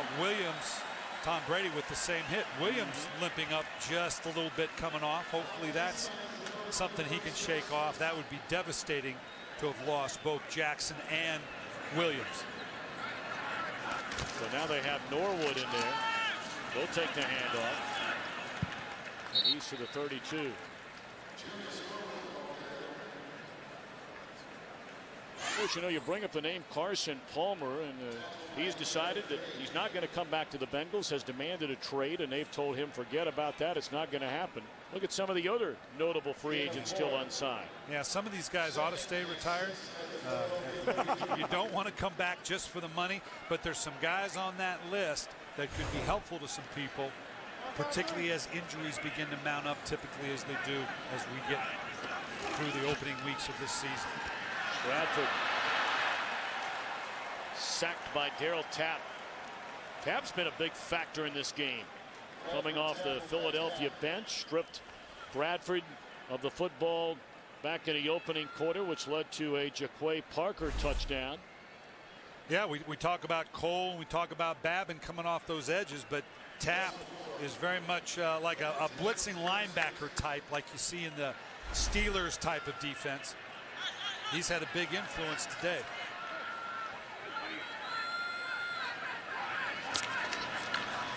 On third down, they'll hand it off. And to the 29-yard line is Norwood, and out comes a field goal unit. So that sack a huge factor in keeping this drive, or actually stalling this drive. Yeah, interesting call on a 3rd and long. Clearly one to get you back into field goal position. Not a bad call. If you throw a pass incomplete, you're going to have to punt it. You're out of field goal range. This was a conservative, but probably a good call to get them back into field goal range, see if they can get 3 points on the board. This from 47 yards out. Brown has already hit today from 49.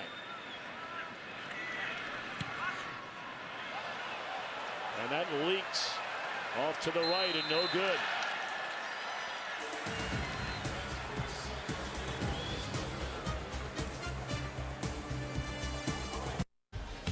Next weekend on the Fox FX Saturday game of the week, Charles Davis, Gus Johnson bring you all the action. Syracuse going out to the Coliseum to take on USC.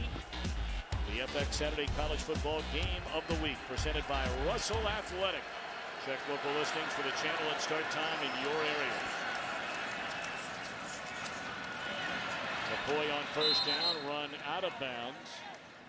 They'll spot it at the 42, make it the 43-yard line. You know, Philadelphia's ability to run the ball, they could very well lead the league in rushing this year. One reason, obviously, when you throw Michael Vick's 30, 40, 50 yards a game in there, that certainly helps. But with the running back core that they have right now, in and of itself, it's a solid group, particularly when they've added the people they've had that allows them to have the balance to maybe push the run a little bit more than Andy Reid has done in years past. Chapoy picks up the first down up close to midfield, depending on where they spot it. Right behind the first-year center, Jason Kelsey. They found him in the 6th round out of Cincinnati, and they like him a lot. Yeah, their first-round draft choice, Danny Watkins, they thought would start for them at guard. It has not turned out that way. It's not even up today. That would have been a tall order to have 2 interior linemen, both rookies. Flag down, and this 9-yard pickup for Vick. 10-yard pickup apparently will come back. Holding. Offense, number 68. 10-yard penalty. Replay. First down. We were just trying to talk about Danny Watkins. They brought in Kyle DeVan after he was turned loose by Indianapolis. He's been a starter there the last couple of seasons, working in front of Peyton Manning. And he's a journeyman. You know, he's been with a number of different teams, solid, but it is a veteran presence. That's always a tough call as a coach. You go with the veteran, you know he's not going to make a mistake, but maybe he can't get the job done. Or you go with the rookie that you know is going to make a mistake, might get you beat, but he's a better athlete and probably going to be a better player. Well, it's certainly going to be interesting how the whole thing plays out as the season moves forward. You've got Peters and Anchor over there at the left tackle. You bring in Evan Mathis, another journeyman, to be your left guard. DeVan, you bring him in a week before the season opener to be your right guard, replacing your #1 pick. Rookie center.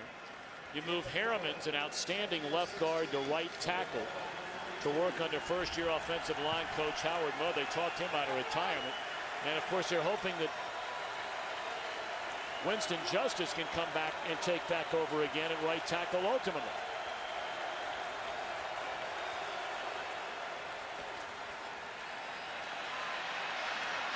A lot of green in front of Vick.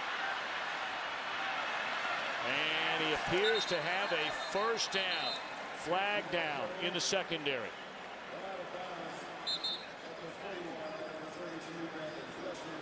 Going to go against the Rams.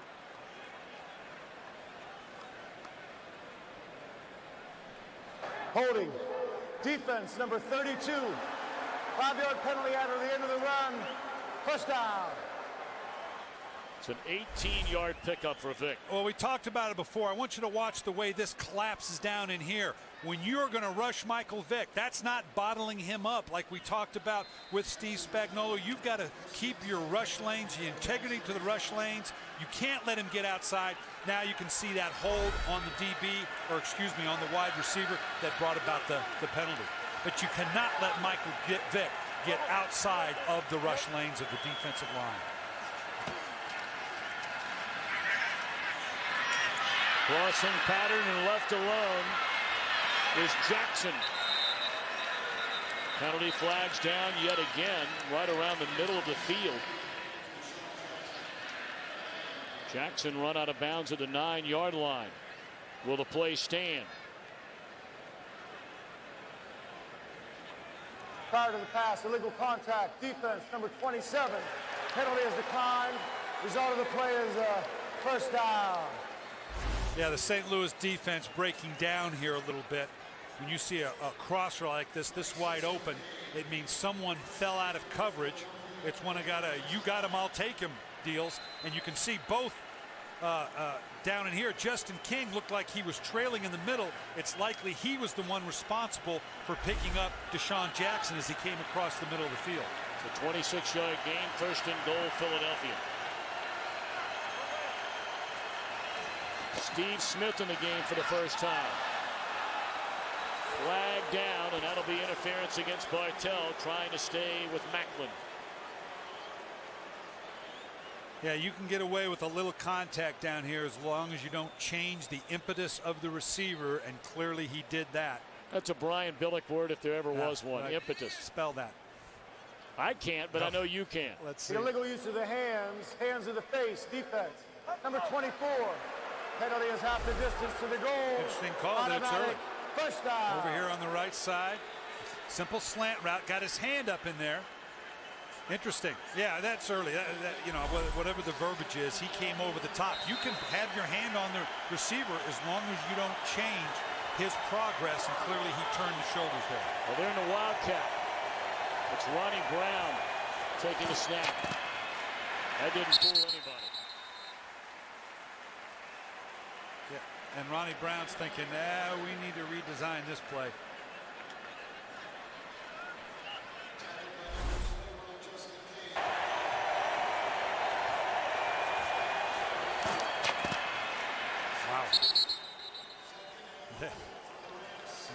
They met in the middle of that nutcracker. Ronnie Brown's going to tell Marty Morningwig, hey, tell you what, let me explain this Wildcat a little bit better to you, okay?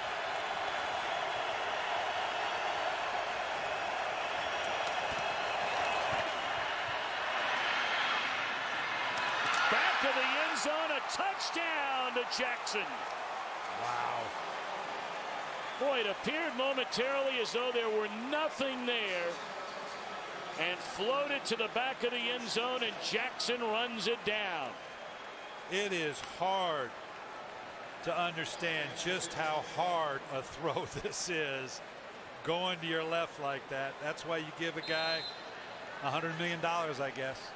The ability to make a play like that, spectacular.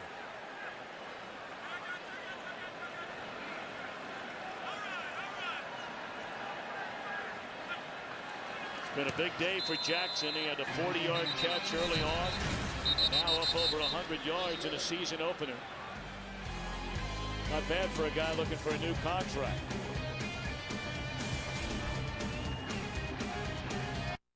What's that score? Deshaun Jackson, his 12th career 100-yard receiving game. He's only in his 4th year in the league, just starting his 4th year in the league.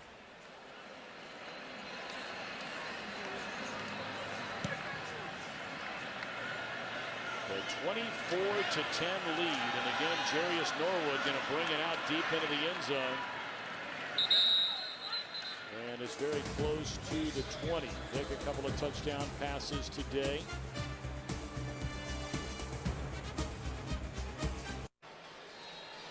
It's a big offensive possession for Sam Bradford and the Rams. Their starting right tackle, #1 pick 2 years ago, Jason Smith, is out of the game, replaced by Adam Goldberg at right tackle.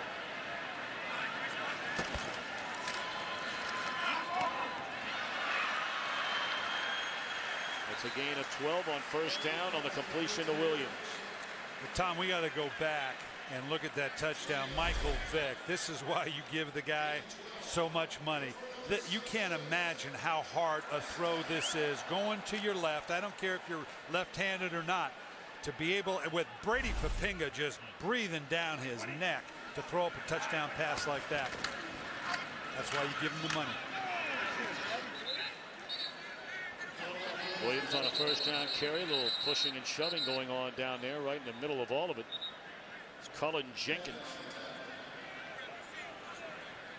I thought Cullen Jenkins, you know, with all the pickups that Philadelphia had in the offseason, Tom, and Asamoah and Babin and all the, you know, Stephen Smith come in, and I thought Cullen Jenkins may at the end of the day be the biggest offseason acquisition they made in terms of firming up on the inside to go along with Mike Peterson.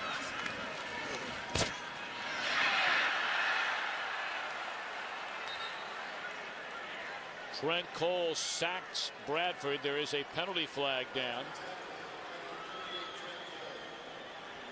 Cole, the two-time Pro Bowler. Offense, number 62. Penalty is declined. Third down. Cole has the third most sacks in Eagles history. A lot of people felt like, and he was the first to say, he got double-teamed a lot the final 7-8 weeks of last year. But now you bring in a guy like Babin, you bring in Jenkins, as you mentioned, to go with Patterson and others. Well, that's a formidable rotation. Huge difference when you've got to look to both sides to chip, turn your line, put in tight end presence. They're going to hand it off, 3rd and 15. Close to a first down, but it's not enough. You think about going for it here? Boy, you got to think about it. You're down 14, or excuse me, yeah, you're down 14 points. You really haven't stopped Michael Vick in the last 2 quarters. Yeah, and it looks like he's going for it. You got to send a message. You got to give your offense a chance, if for no other reason, to keep the St. Louis defense off the field for just a little bit. Rams were perfect 6 out of 6 on 4th and 1 last year, best in the NFL. Time is called out by Philadelphia. Spagnuolo, a little time to think about this. Too much time.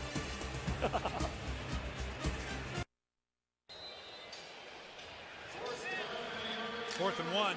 I'd sure like to have this guy in the game, Tom. This is a big play for St. Louis. 4th and a yard, and on a second turn, did Carnell Williams get there? Brian Roll came up and made a big hit on Williams, and it looks like he has a first down. They say Brian Roll had the best camp of any Philadelphia Eagle. And this is interesting because they say Roll, his one limitation is he's not a real physical take on a block or take on a runner type of guy. He took on a pretty good hit there. Fresh set of downs. Williams out of the backfield on the slant, and he's down to the Philadelphia 43. Another first down. You know, I'm getting a lot of tweets about these wide nines out into here from the Philadelphia Eagles. That creates a real tough rush angle for the tackle. It also leaves them vulnerable to the running game because that puts a lot of pressure on the linebackers that have to cover a lot of ground. So these noted wide nines, the Philadelphia Eagles, it's live by the sword, die by the sword. Fake the end around. What a play fake. And look into the end zone. And it's overthrown. There's contact. How about the play action fake there by Bradford? Asamoah and Asante Samuel locked up with Gibson in the end zone. And you watch here, I don't know that Asante Samuel, or excuse me, Asamoah needed to grab like this. I'm not sure this thing wasn't overthrown. I'm not sure Asamoah didn't give up a cheap one there. That was Jared Page down there, the safety, along with Asamoah. That reaches up, don't know that he needed it. So 41-yard penalty, 1st and goal inside the 2. And Williams wrapped up, stood up, is short.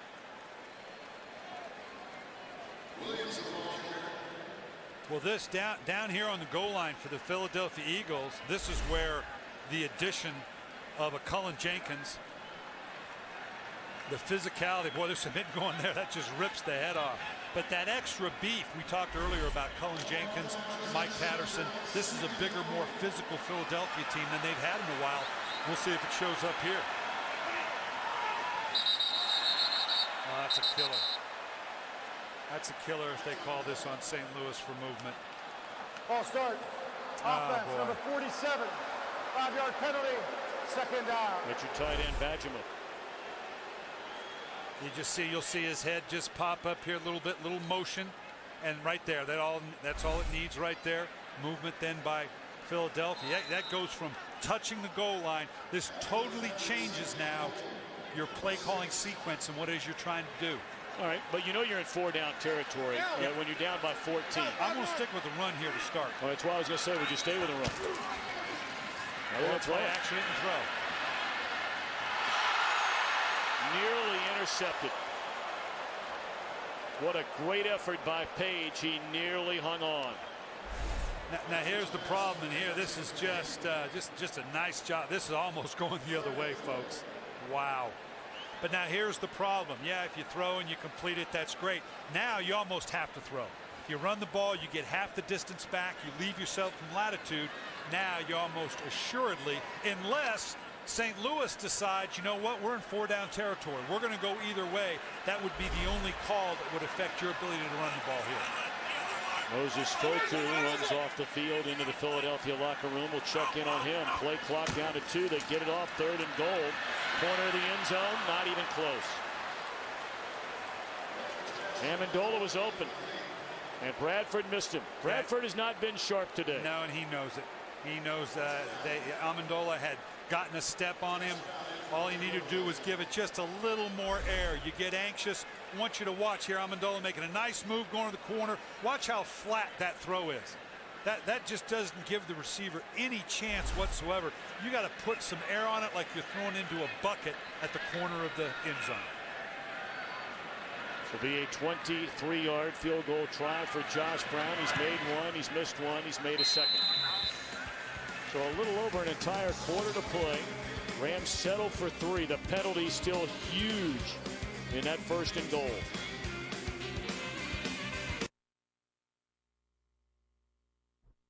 World Trade Center, Pentagon, and Flight 93. We will never forget you.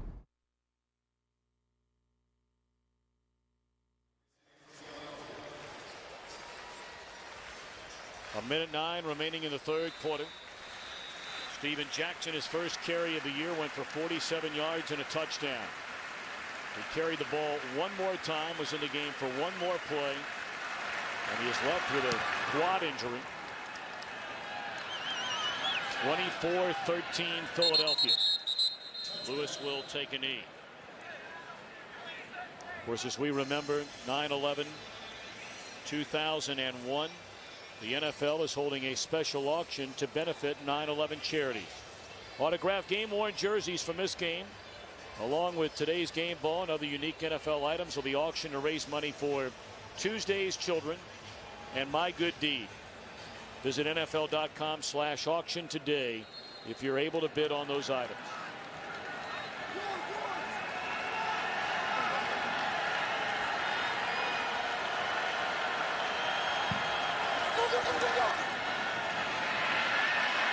Vick lost his footing, finds his footing, and ho-hum runs for 17. He's zeroing in on 100 yards rushing.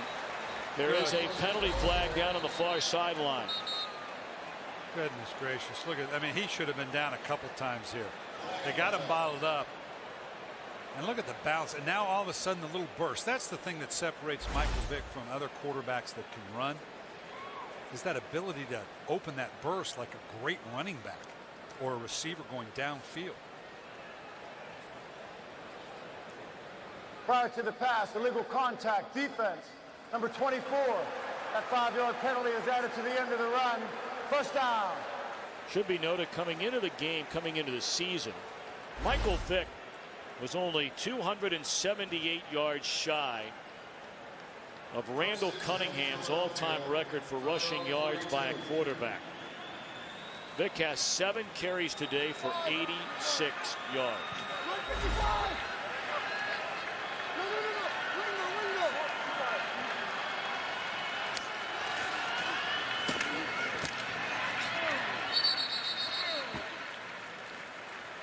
Short pickup on first down. Let's go back to Los Angeles to Kurt Menefee. Here's a connection the Lions like today and in the future. Matthew Stafford hooking up for the 2nd time with Calvin Johnson. Stafford has 3 touchdown passes. Detroit leads in Tampa 27-13. And Thom and Coach, don't worry about him limping off the field. He just had a few cramps in the heat in Tampa. He's okay. Of course, we remember the season opener last year when you got to look at Calvin Johnson there. We had that game, the Lions in Chicago. He's learned to catch it, take it to the sideline, put it in the box. All right, end of the 3rd quarter, 24-13, Eagles in front. Fox NFL Sunday continues after a break from your local Fox station.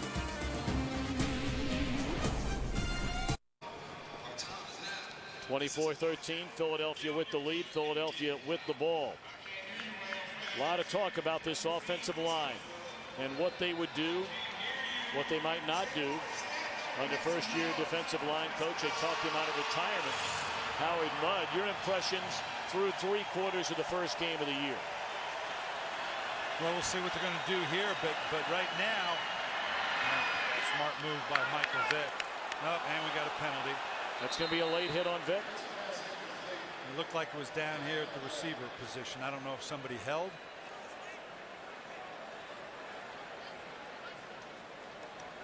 Gene Steratore, our referee today. This may be an illegal pick on the part of Philadelphia. Blocking downfield where they were trying to set up this quick wide receiver wide screen.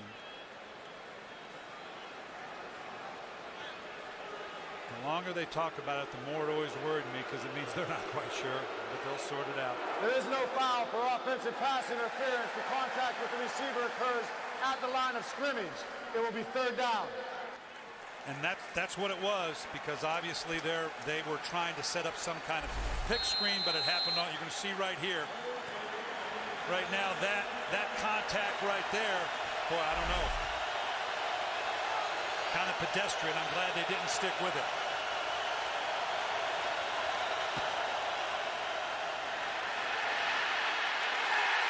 Punt from behind is picked by Justin King.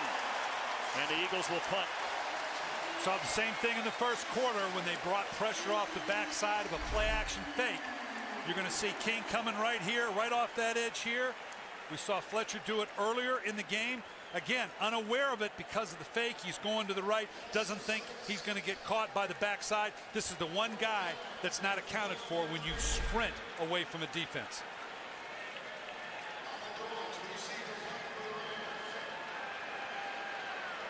So down 24-13 with nearly an entire quarter to go. Rams will get the football after the punt by Chaz Henry. That's a good one. And contact made. Wow. Now Colt Anderson's going to come up and say something to an official. About maybe he was blocked into the receiver. That's what he's pleading right now.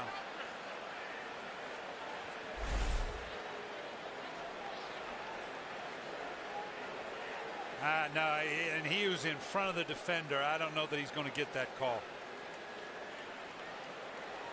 It was not a long, sustained push from behind. So this is going to go, I believe, against Philadelphia. Anderson claiming that James Butler blocked him into Amendola. Boy, did Amendola take a lick. And now the officials talking about it. And here's the verdict. There is no foul for kick-catch interference as a member of the receiving team brought the member of the kicking team into the receiver. It will be St. Louis's ball. First down, timeout. I stand corrected. He had his hands on him, and they're saying that that was enough of a push. I don't know the timing of that. I would question.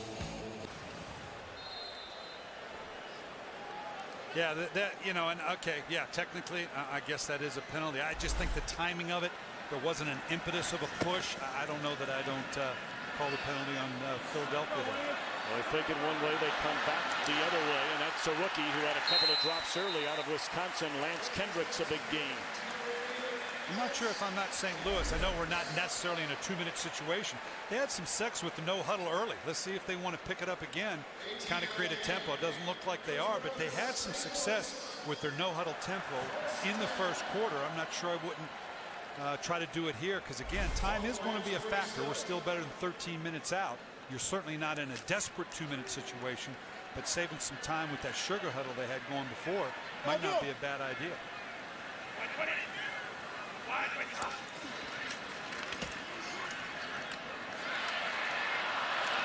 Touch made by Amendola. He's the guy that took the hit a minute ago on the punt return and appeared to be grabbing something after making that catch. I don't know if it was his arm, his wrist, but you could see it as soon as he made the catch. You thought he might try and get up, and he was unable to do so.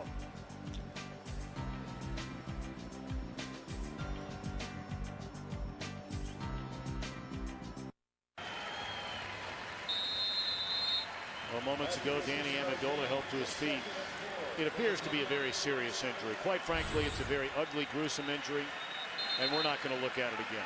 Yeah, hopefully it's something that is not going to keep him out too long term, but it looked pretty serious.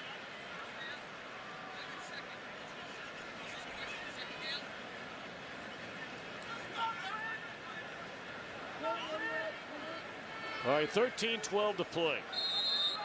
24-13, Eagles in front. A second down and 4 for the Rams, and Bradford out of the shotgun. Everything short, short, short. Yeah, he's tried nothing down the field, and that's going to be limiting for them. You know, last year in the first half of games, not the season, first half of games, look at the numbers for Bradford. 13 touchdowns, 4 interceptions. Second half of games, went the other way, 5 and 11. Yeah, and in that second half of the season last year, and you can see the numbers here, first half to second half, but in the second half of the season, they had 4 out of 5 on the road to start the second half, came home, played poorly against Kansas City, and you can, the typical rookie wall, that's going to affect you. Incomplete pass on third down, coverage by Samuel. Looked like another drop by a receiver. Let's go to Los Angeles to Kurt Menefee before fourth down.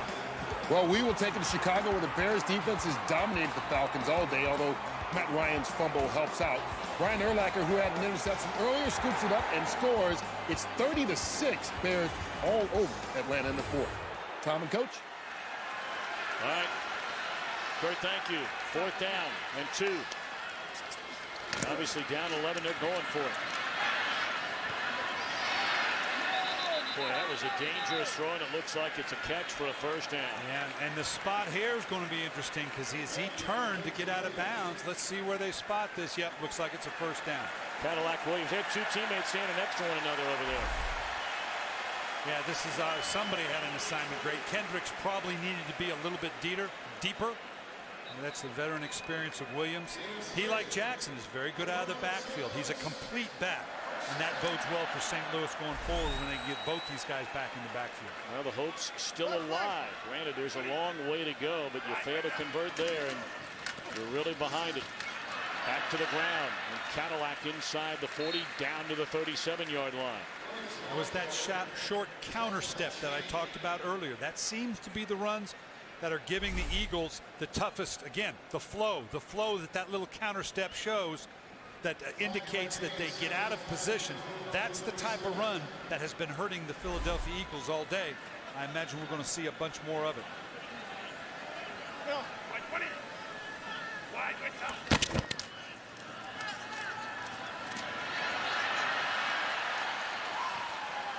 Pavin picks up his second sack of the afternoon. Yeah, we talked earlier about that wide 9 rush. We're going to show you here just how tough that is on the tackle. When you talk about up here, look at the width here. What that does as he closes in, that puts the tackle in a situation. He's got a 3-way break. Guy can go outside, inside, can power rush him as he did here. It puts the tackle in a very difficult situation with that wide 9 rush of Jim Washburn's defense. Third down and 8. Another drop. This one by another rookie, Greg Salas.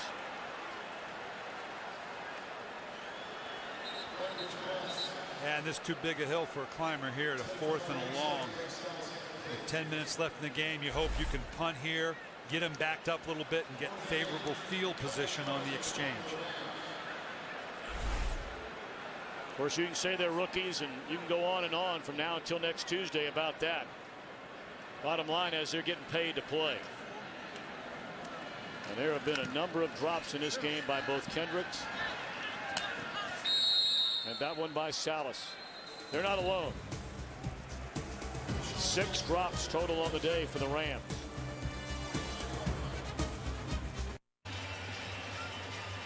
(24-13), nearly 11 minutes left to play. Philadelphia with the lead and the ball.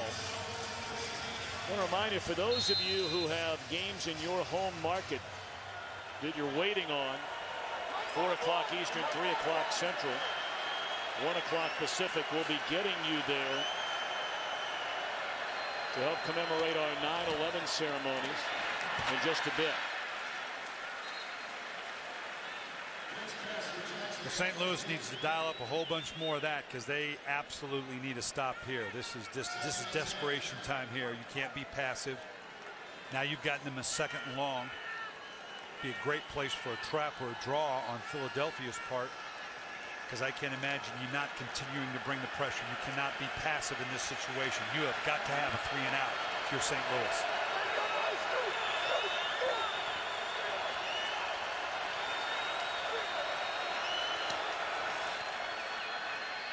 McCoy with room.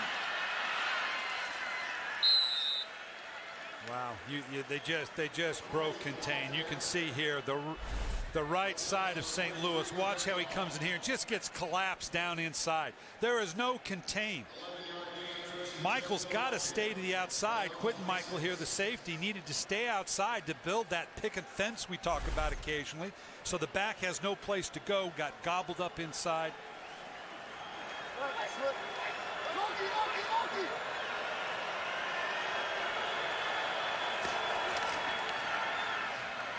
McCoy, a big gainer. And he's out across the 40 to the 43-yard line.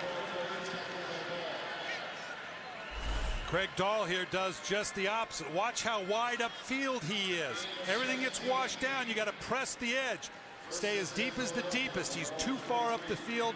McCoy cuts it tight back behind the line. Right now, the safeties are not, and DBs of St. Louis are not building this front the way it needs to be built.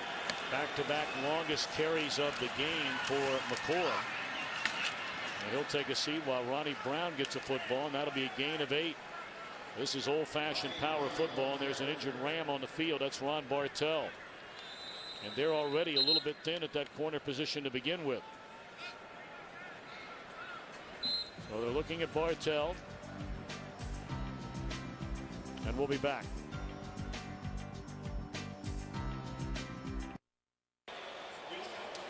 Well, this is Ron Bartell's worst nightmare. A DB coming up against a big back with no one between him and the back. And just gets caught up in the wash. Hopefully he's okay. Been a tough day injury-wise for the Rams. We know about Amendola, Steven Jackson, Bartell. The starting right tackle left the game earlier, Jason Smith. McCoy, a sprint to the corner. And a touchdown, no penalty flags.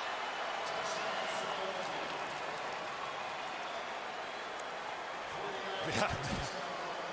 Howard Mudd, you'd think he'd be a little happier than that with his offensive line performing this way. This is right out of the college playbook. We talked about Philadelphia overrunning plays by that linebacking core, Tom. You're going to see here when we get a chance to look at it, St. Louis doing the same thing. Overrunning the play. Excellent cutback for the big play here. He sees the linebackers overrun it. He's got the speed and the ability now to turn on the jets. I know he didn't show it, but Howard Mudd's loving the outcome of that and what his offensive line had to do to make that happen. We're starting to say, based on that look, I was going to ask you, because you know him well, is Howard Mudd ever happy? Not in a long time, but he's got to be happy with that. He may not show it, but he's happy, trust me. Well, this is what we're talking about, the action of the back starting strong. Watch this line, just like we saw. To collapsing, the overrunning of the linebackers we talked about with Philadelphia. St. Louis the same way, and now he's off to the races. Great push and seal by the offensive line. Howard Mudd, I tell you what, Howard coached me 35 years ago when we were both in San Francisco. You ask about him being grumpy? He was old and grumpy 35 years ago. He tried to make me an offensive tackle. I got grumpy at that point, but great offensive line coach.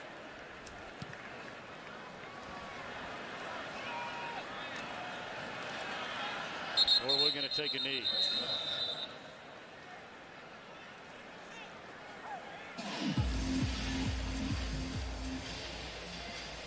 You know, Howard, a lot has been made, Tom, about Howard Mudd coming in and totally changing the personality and profile of the offensive line of the Philadelphia Eagles. He's got a rookie center. He's got kind of two journeymen in Mathis and Devan, and it's a different style than Juan Castillo, now the defensive coordinator, had. It's much more of an aggressive punching style than the bucket step passive. Some people have questioned it. Looks pretty good today.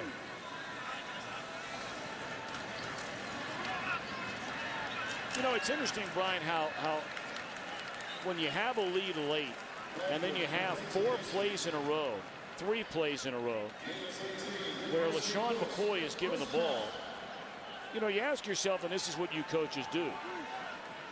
McCoy's first 11 carries, he had 27 yards. We talked about the pressure that Vick has been under a lot of today. That one batted in the air and through the hands of Samuel. But then all of a sudden, the numbers can sometimes get skewed when McCoy goes his last 3 carries for 77 yards. So has it been a good day for the offensive line up until the last drive. Yeah, because you got to look at the game in totality. That last touchdown was against pretty much an 8-man front. You saw the safety come down, was a little wide, but the offensive line did a good job. You know, the running game, just like sometimes a back takes a while to warm up, sometimes the line, particularly a new line coming together, takes a little while to warm up. First time they tried to stretch the field, and it's a completed pass to Brandon Gibson. Boy, nice stretch. Now, watch how he tries to maintain control all the way to the end. Yeah, that's a legal catch to me. He understood that he had to have control all the way through the act. I don't know that we'll get a challenge here. Yes, we do. Andy's throwing it out there. And why not? You can guess why not take the shot. You're in control of the game.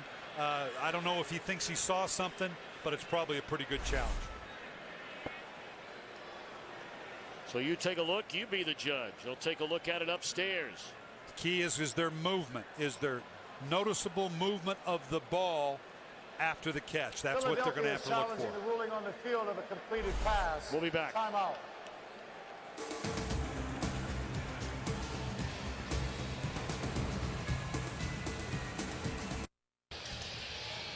Well, the question is there movement of the ball as he goes down? It's got to be irrefutable. It was ruled a catch. I don't see enough to come in and say, no, there was enough movement. That's the best angle we have. Therefore, it's the best angle that the officials have. I imagine this catch is going to hold up. And this has got to be concerning Sam Bradford carrying his arm gingerly. Well, I've already talked about all the injuries the Rams have suffered in this game, and apparently this one will knock Bradford out of the game. He's on his way back to the locker room.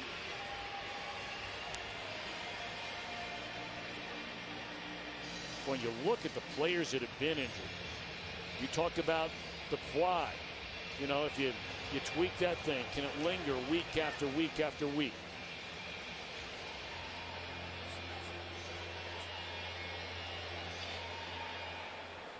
After review, the ruling on the field stands. It is a first down, St. Louis. Philadelphia will be charged with its second timeout. And again, we'll talk about the verbiage. Remember, when he says it stands, there was nothing. If they'd have seen for sure, they'd have said confirmed, but there was nothing to change it. Now we're going to see what happens. Looks like Bradford just comes down. Ooh. And I don't know that he got hit. It just seemed like an awkward action coming over the top of his wrist. So A.J. Feely, a two-time Philadelphia Eagle. In fact, he was originally drafted by Philadelphia in the 5th round back in 2001, and now his 11th year. This is his first snap in a regular season game since 2007. And he lays a pass off out of the backfield complete. Cadillac Williams and Kurt Coleman pushing and shoving on the far side.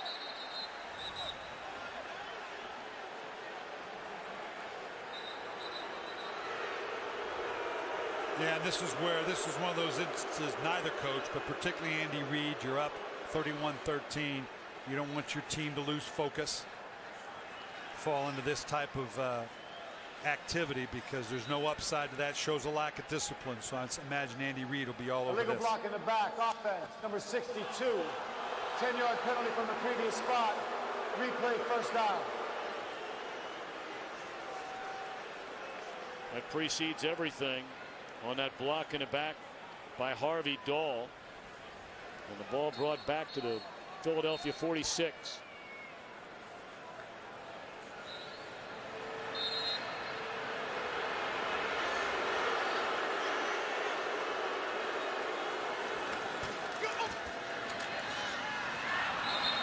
Slightly underthrown. Feely took a big hit.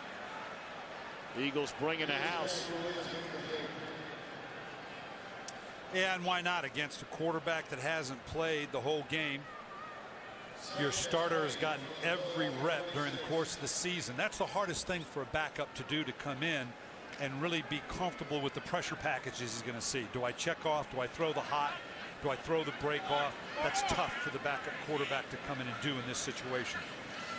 Second down and 20. They bring him again. And again, Feely is hit and hit hard. Sacked by Cullen Jenkins. His first sack as an Eagle. Yeah, the Eagles are feeling it now. Those wide 9 techniques as you go outside to try to count for those ends. Juan Castillo knows it's kind of a feeding frenzy right now. Now the inside rush, you don't normally get a lot of huge inside pass rush from guys like Cullen Jenkins and Mike Patterson. But as defensive tackle goes, they're not too bad. Well, we started this game talking about a couple of critical questions for this Eagles team. That's the first career catch for Salah, still on his feet. Close to a first down to the 31. That'll bring up 4th down and short. We talked about the offensive line. Juan Castillo has not coached defensive players since 1989, and that was Kingsville High School in Texas. And really, were it not for 3 penalties on 3rd down by the Philadelphia defense, which extended Rams' drives, these defensive numbers might look really good. Yeah, absolutely. We did talk about the dream team and the concerns coming in that could turn that dream into a nightmare. There again now. Focus starts to leave you. Offense number 11. 5-yard penalty. 4th down. But let's go down the checklist. Concerns about the offensive line. I don't think they're out of the woods there, but this offensive line performed pretty well, and they're going to play better with each ensuing game. The inside linebackers, they got schooled early.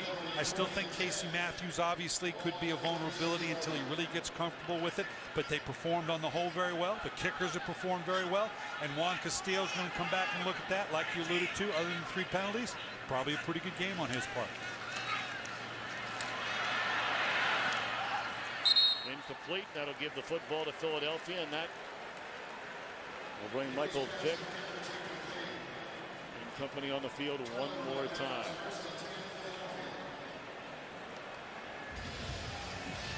Of course, very recently, football lost one of its all-time great players and one of its all-time great people. For those that knew him well, Leroy Selman. Tony Dungy quoted as saying, if you didn't know him and you met him somewhere, you'd never know who he was, never know why he was famous. He was the kind of person, when you saw him, you knew it was going to be great.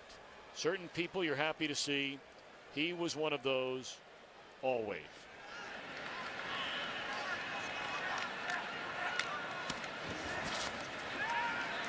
And certainly a lot of friends and family watching as our telecast is being viewed nearly all over the state of Texas, and that's where Leroy Selman grew up. Let's check in downstairs with Laura Okmin. Well, obviously the Rams are being very cautious when talking about Sam Bradford. I think there's a little relief in terms of it's not his thumb. There's some history there with injury, but they are taking an x-ray right now of his finger. They wouldn't say which one. I just know it is an x-ray of one of the fingers on his throwing hand. When you look at these injuries, and I'm not so sure, maybe outside of Laurinaitis, if you added to that list, that you could pick 6 more important players of this St. Louis Rams team than the 6 guys that have left with injuries so far in the game today, as McCoy will take a seat at the 31 to keep the clock running.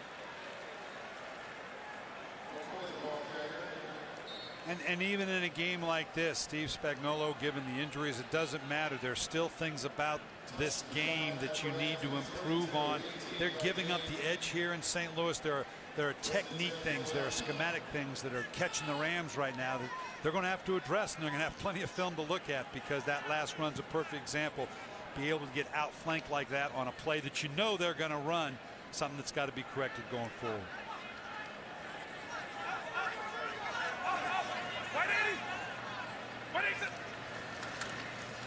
Hand it off to Ronnie Brown. He's dropped for a loss. You know, I got to tell you, having come here so many years to St. Louis, 24 years for baseball, over 17 for football. Boy, did we lose a good friend. St. Louis native, longtime NFL spotter, did everything in our business, worked with some of the greatest announcers at all time at CBS and Fox. What a guy he was. He just passed away this week here in St. Louis. Gary Lynn, boy, will we miss you. So many friends and family all across the country. Great smile, always upbeat.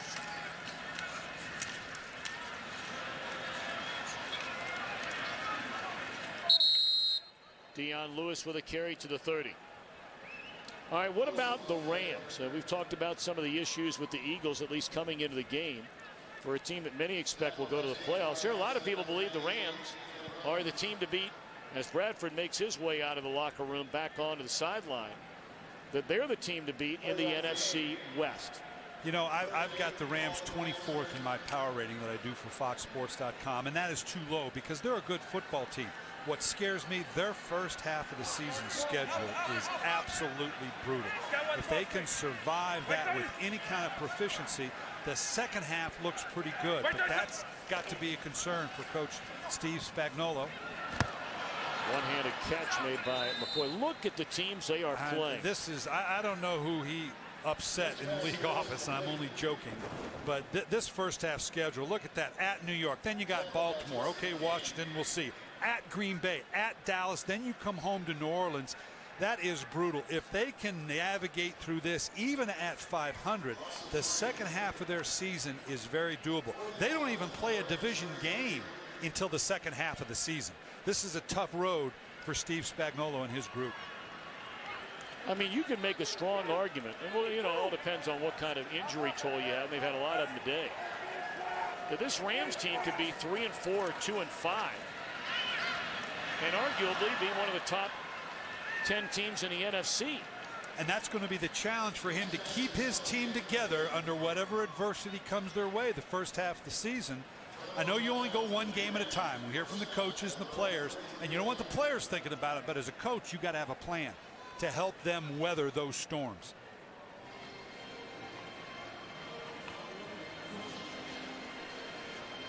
Of course, not an easy task to begin this year for Andy Reid's Philadelphia Eagles. This was certainly not an easy game to start a year. But take a look at the next couple of games. You go to Atlanta, a team getting drilled today in Chicago. At the 49, or the Giants rather. Huge rival game.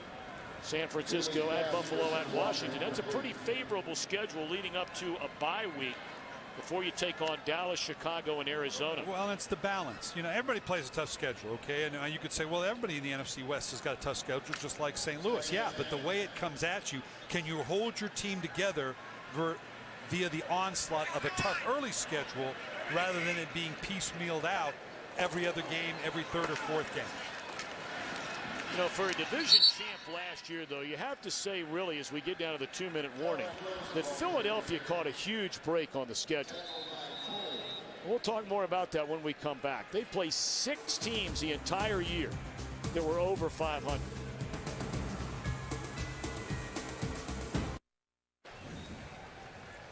Two-minute warning, 31-13. Again, a reminder for those of you in the home markets of our late games. In a moment, we'll be leaving this game and be switching you to the start of your game. Third down, and a drop by Williams will bring up fourth down. You know, Brian Billick, it's one thing to sit around and talk about football. We do that a lot. We're going to do it for the next 17 weeks. You've been called a lot of names, and I'm not sure all of them have necessarily been flattering names. You have never been called, however, Grandpa. How about that? How about your daughter, that? Aubrey, her husband, Taylor Jones. Thoughts and prayers on a happy, healthy delivery, and you're going to be a granddad. I don't look that old, do I? You don't. And I reminded him, if it's a boy, Brian spelled with an I. That's the only thing I laid out for it. We're excited. Thank you for that. We're excited, my wife Kim and I. And well, I mean, you have two lovely daughters, so it only fit that your first grandchild is going to be another little girl. Come on. No, my family, boys have girls and girls have boys. It's going to be a grandson. I can promise you that. I'm looking forward to it. Oh, I'm going to corrupt that kid. I'm going to lead him down a path and all those Just things. don't teach him or her some of the words you've taught me. No. It's been a rough couple of years. No, it's going to be fun. We can't wait for it. We're looking forward to it. That's what grandparents do. You'll get there one day. You'll see. Believe me. And my dad, I'm well aware. Impressions this game. You saw the Green Bay New Orleans game the other night. There have been a lot made, and you being a former coach, you know, all that kind of thing about maybe being a little rusty. Yeah, you know what? It looks like the first game of the season to me. Good job, man. Here you go, St. Michael. Louis probably doesn't feel that way. Philadelphia probably says, yeah, this is same old, but it looks like the first week of NFL football to me. I think the lockout is a non-factor. Well, again, a reminder, It is time now for those of you in home markets waiting around for our late games today.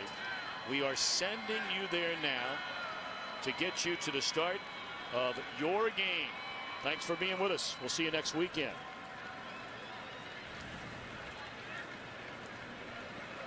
Pair of 100-yard rushers today. Michael Vick has more 100-yard rushing games than any quarterback in history. Today is his 12th. LaShawn McCoy, 122 yards. Flags blow it dead before it ever starts. Our game today produced by Bob Stenner. Snap, offense number 62, 5-yard penalty, remains second down. And our game directed by Artie Kempner. Our technical producer Bob Muller. Our technical director John Howard. Associate directors Wayne Wilson and Yvonne Wagner. And our broadcast associate Jordan Wolf. We thank Tom Barbary on stats, Scott Snyder, our spotter, and our entire crew. We're going to be with you for 17 weeks this year. And next week we get another look at an NFC East team, the Dallas Cowboys. They'll start their season tomorrow night. We'll be in San Francisco, who moments from now will start the Jim Harbaugh era. Yeah, exciting first week, and looking at some of the scores, as usual, all the predictions and rankings and that, boy, you can throw them out the window. NFL, that's so exciting every year. Everybody's in it. Everybody's a part of it. Doesn't matter what you did last year. So on this opening weekend, the Philadelphia Eagles, who were the most aggressive team in the NFL in free agency, despite the fact they were coming off a divisional championship a year ago. All the talk, all the hype. It ends in a week 1 victory, final score of 31-13. And certainly the Rams on the other side are going to have to lick their wounds and get healthy in a hurry, coach. Not only that schedule, but some of their key players are nicked up. So we're going to take a timeout here. 31-13. Eagles win their opener.